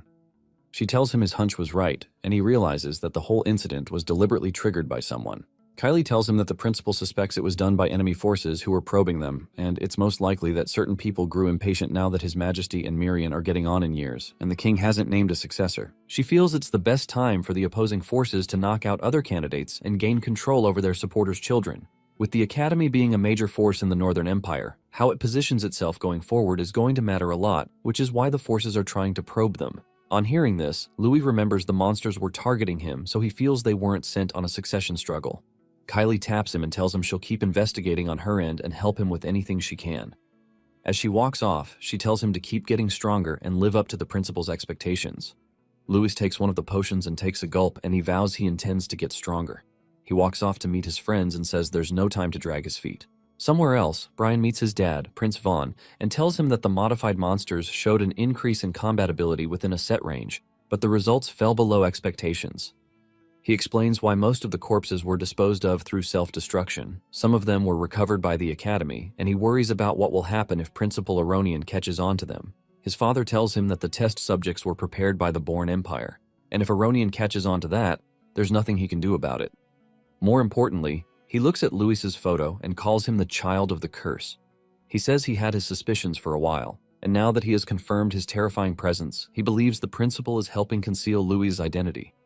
Brian gets pissed and calls Louis a hindrance to the plan, but his dad doesn't agree. As he burns the photo, he asks Brian if he steps around insects when he walks, but Brian reminds his old man that Louis is the cursed child who'll bring about destruction. As he tries to finish what he was saying, his old man stops him by saying Louis isn't someone to fear. Then he orders Brian to send information about Louis to the upper ranks of the association. Once Brian confirms it's the Arcanist Association, his dad tells him they'll make use of the so-called goddesses' advocates to dispose of Louis. After all, it's part of their job to get rid of the child of curse. Brian's dad's rule is to deal with troublesome problems without getting his hands dirty.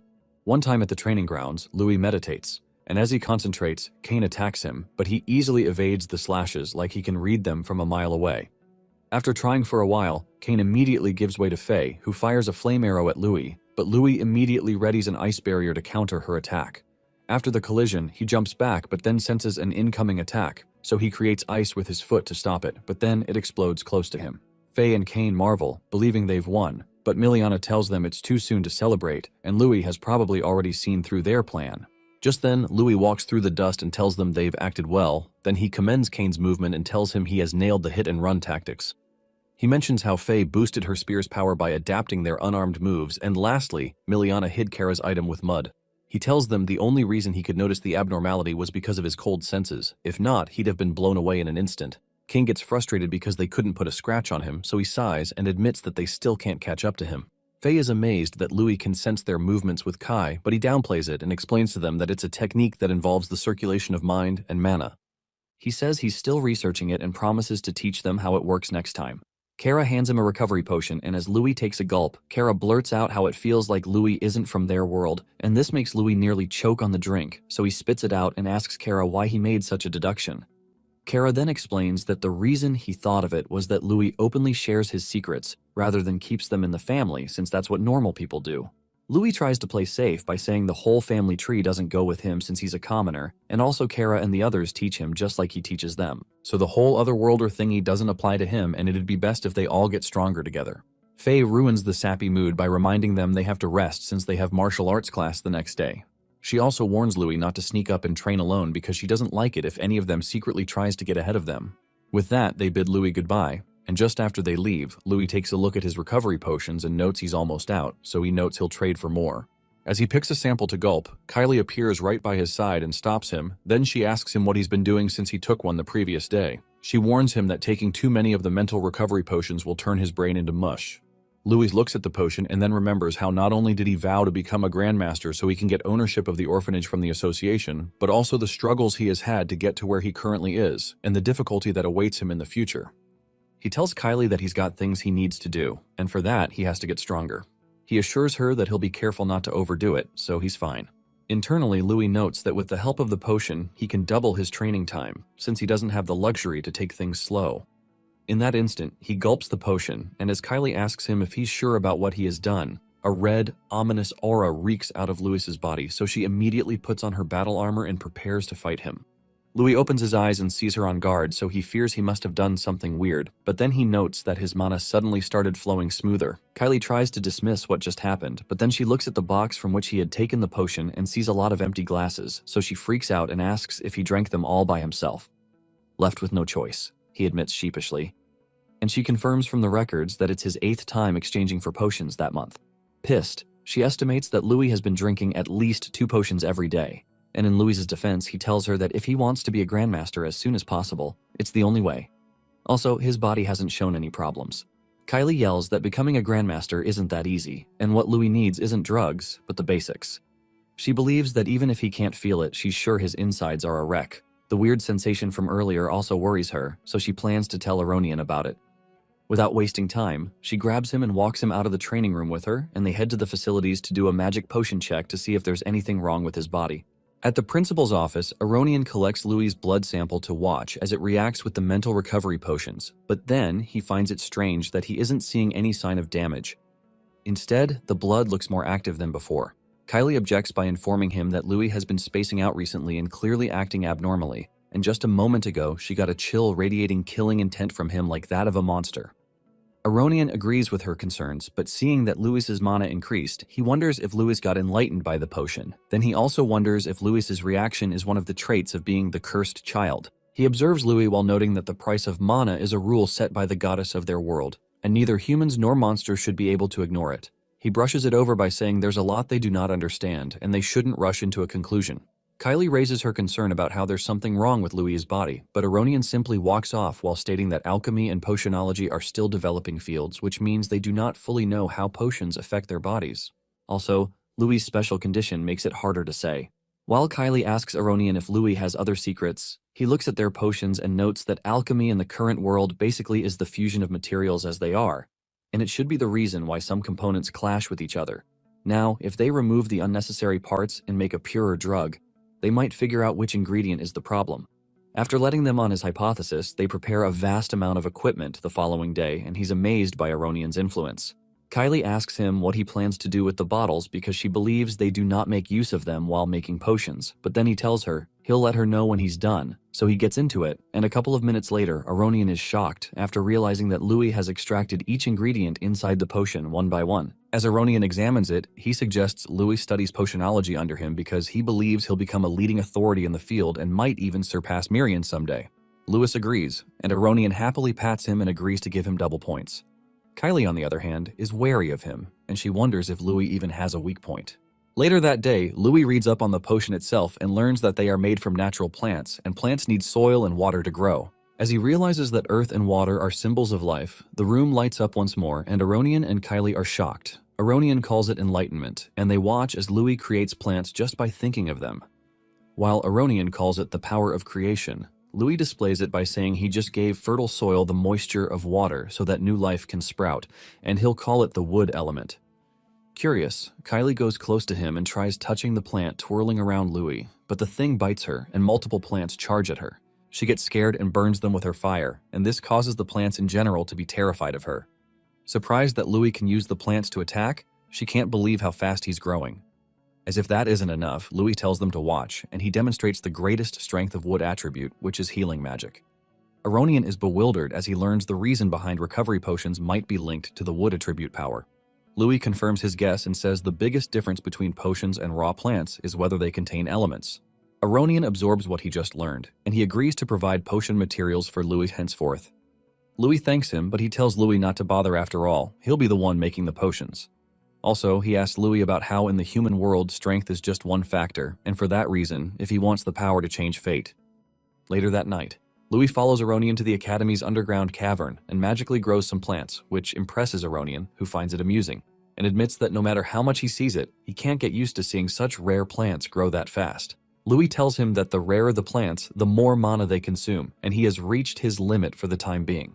Aronian agrees and states that everything in their world has a price, and after observing the grown plants, he tells Louis that, compared to the others, the price Louis pays is cheap. He notes that Louis didn't just purify the potions to reduce their side effects, but he also applied wood magic to create new potions. He praises Louis, saying he's the only one who could pull it off. Louis takes a look at the special potions he has made, then Aronian tells him that since he wants a shortcut to get stronger, he'll need to fight a strong opponent. So he offers himself as Louis's opponent, and Louis readily agrees, telling Aronian not to hold back. He gulps each of the potions and then dashes at Aronian, and in that moment, an explosion occurs from their impact. Kylie watches them fight, and she calls Louis a monster.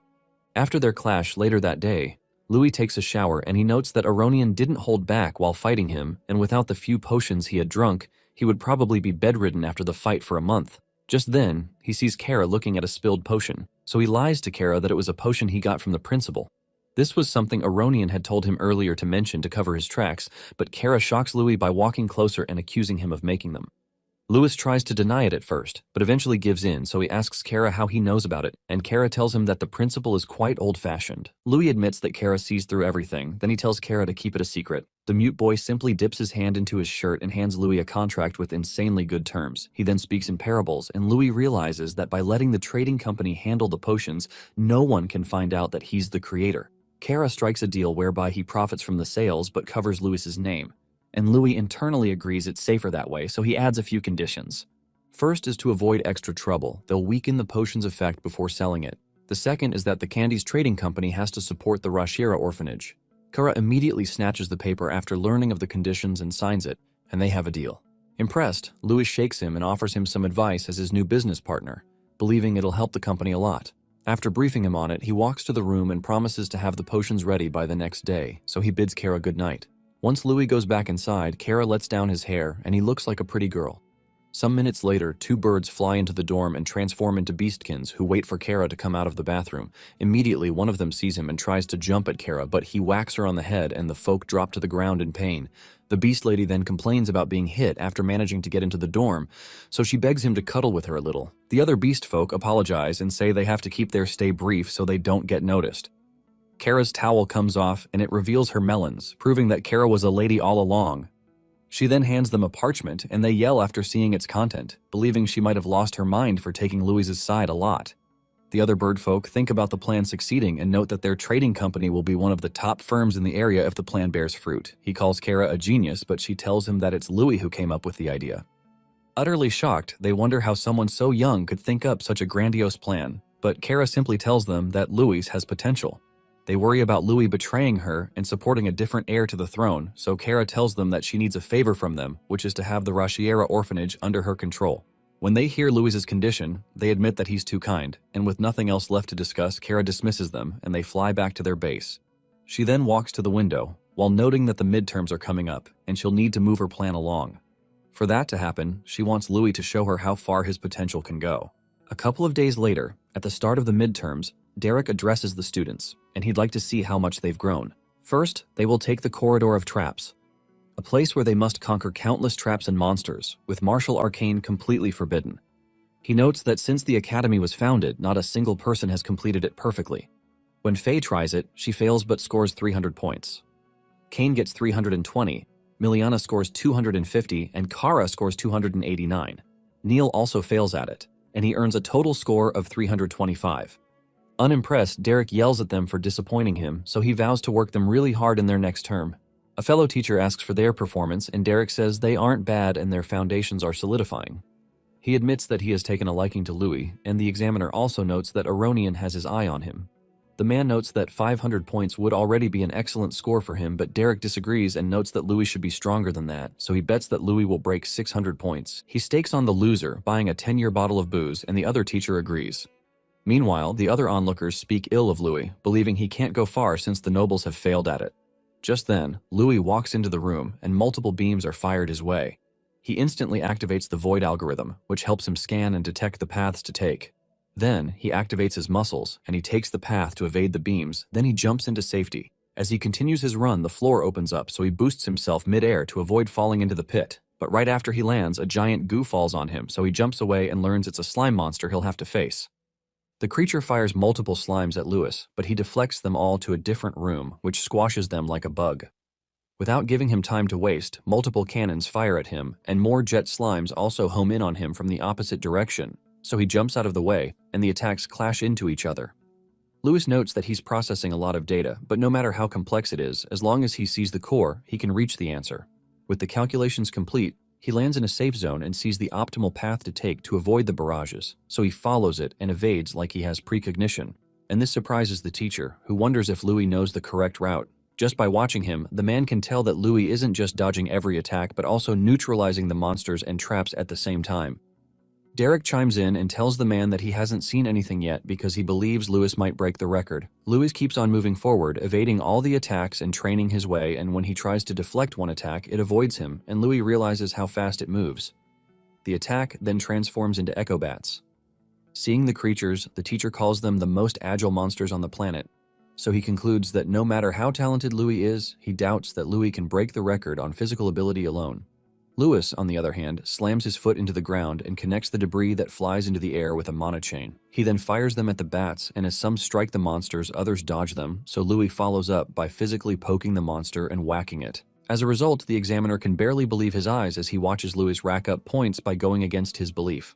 With that out of the way, Louis walks out of the arena with a whopping 999 points, and this shocks all the students watching. He's granted the highest rank, and it pisses off the nobles who see his aura farming, so they vow to pound him into the ground in the practical test. The examiner is stunned that Louis broke the record with a perfect score, and Derek tells him to make sure the booze is ready before break starts. This pisses the man, and he fumes while stating that he hates betting. Louis's friends meet with him, and they ask him how and congratulate him on perfectly evading the traps without magic. Faye, who is very impressed, still vows to beat him in a one-on-one confrontation someday. Neil, on the other hand, sees Louis, and he silently walks past him, and this impresses Kane, who wonders if Neil has finally realized the gap between them. Louis says it's the other way around, and he can sense the demonic blood from Neil. With that, Derek concludes the technical test, and then he tells them that it's time for the practical combat test. He orders them to draw their lots in order and informs them they are free to go all out. He also adds that he's sure a lot of them have been looking forward to this part of the test. Jess happily speaks up and says he cannot wait to see who he's matched with, so he can give the juniors some direct guidance. He dips his hand into the lottery box and his magical ring selects a card. Before looking at it, he notes that Louis is a troublesome man whom he plans to hit when he's worn down. After that, Louis and his friends draw their lots and they learn they are in different brackets, so they realize it won't be until the finals before they go head-to-head. Faye tells Kane that he can't go into the finals unless he beats her since they are in the same bracket. Kane, although pissed about it, wonders who Louis is grouped with, and Miliana speaks up, saying she's with Louis. She believes that if they keep winning, they'll end up fighting sooner or later. Miliana takes a look at her opponents and sees they are all seniors. As they see the upperclassmen giving them death stares, Louis vows to give it everything he's got, so he tells Miliana a few tips. Neil, on the other hand, smirks after seeing who he's paired up with, and Jess tells his subordinates to ensure they wear Louis down, even if it costs them their lives. After all the students have picked their lots, Derek splits them up into brackets, and they see who they are paired with in the first round. Kane and Faye are paired to fight. Miliana will face her senior, and lastly, Neil will go against Louis in the first round. After announcing the contestants, Derek commences the match.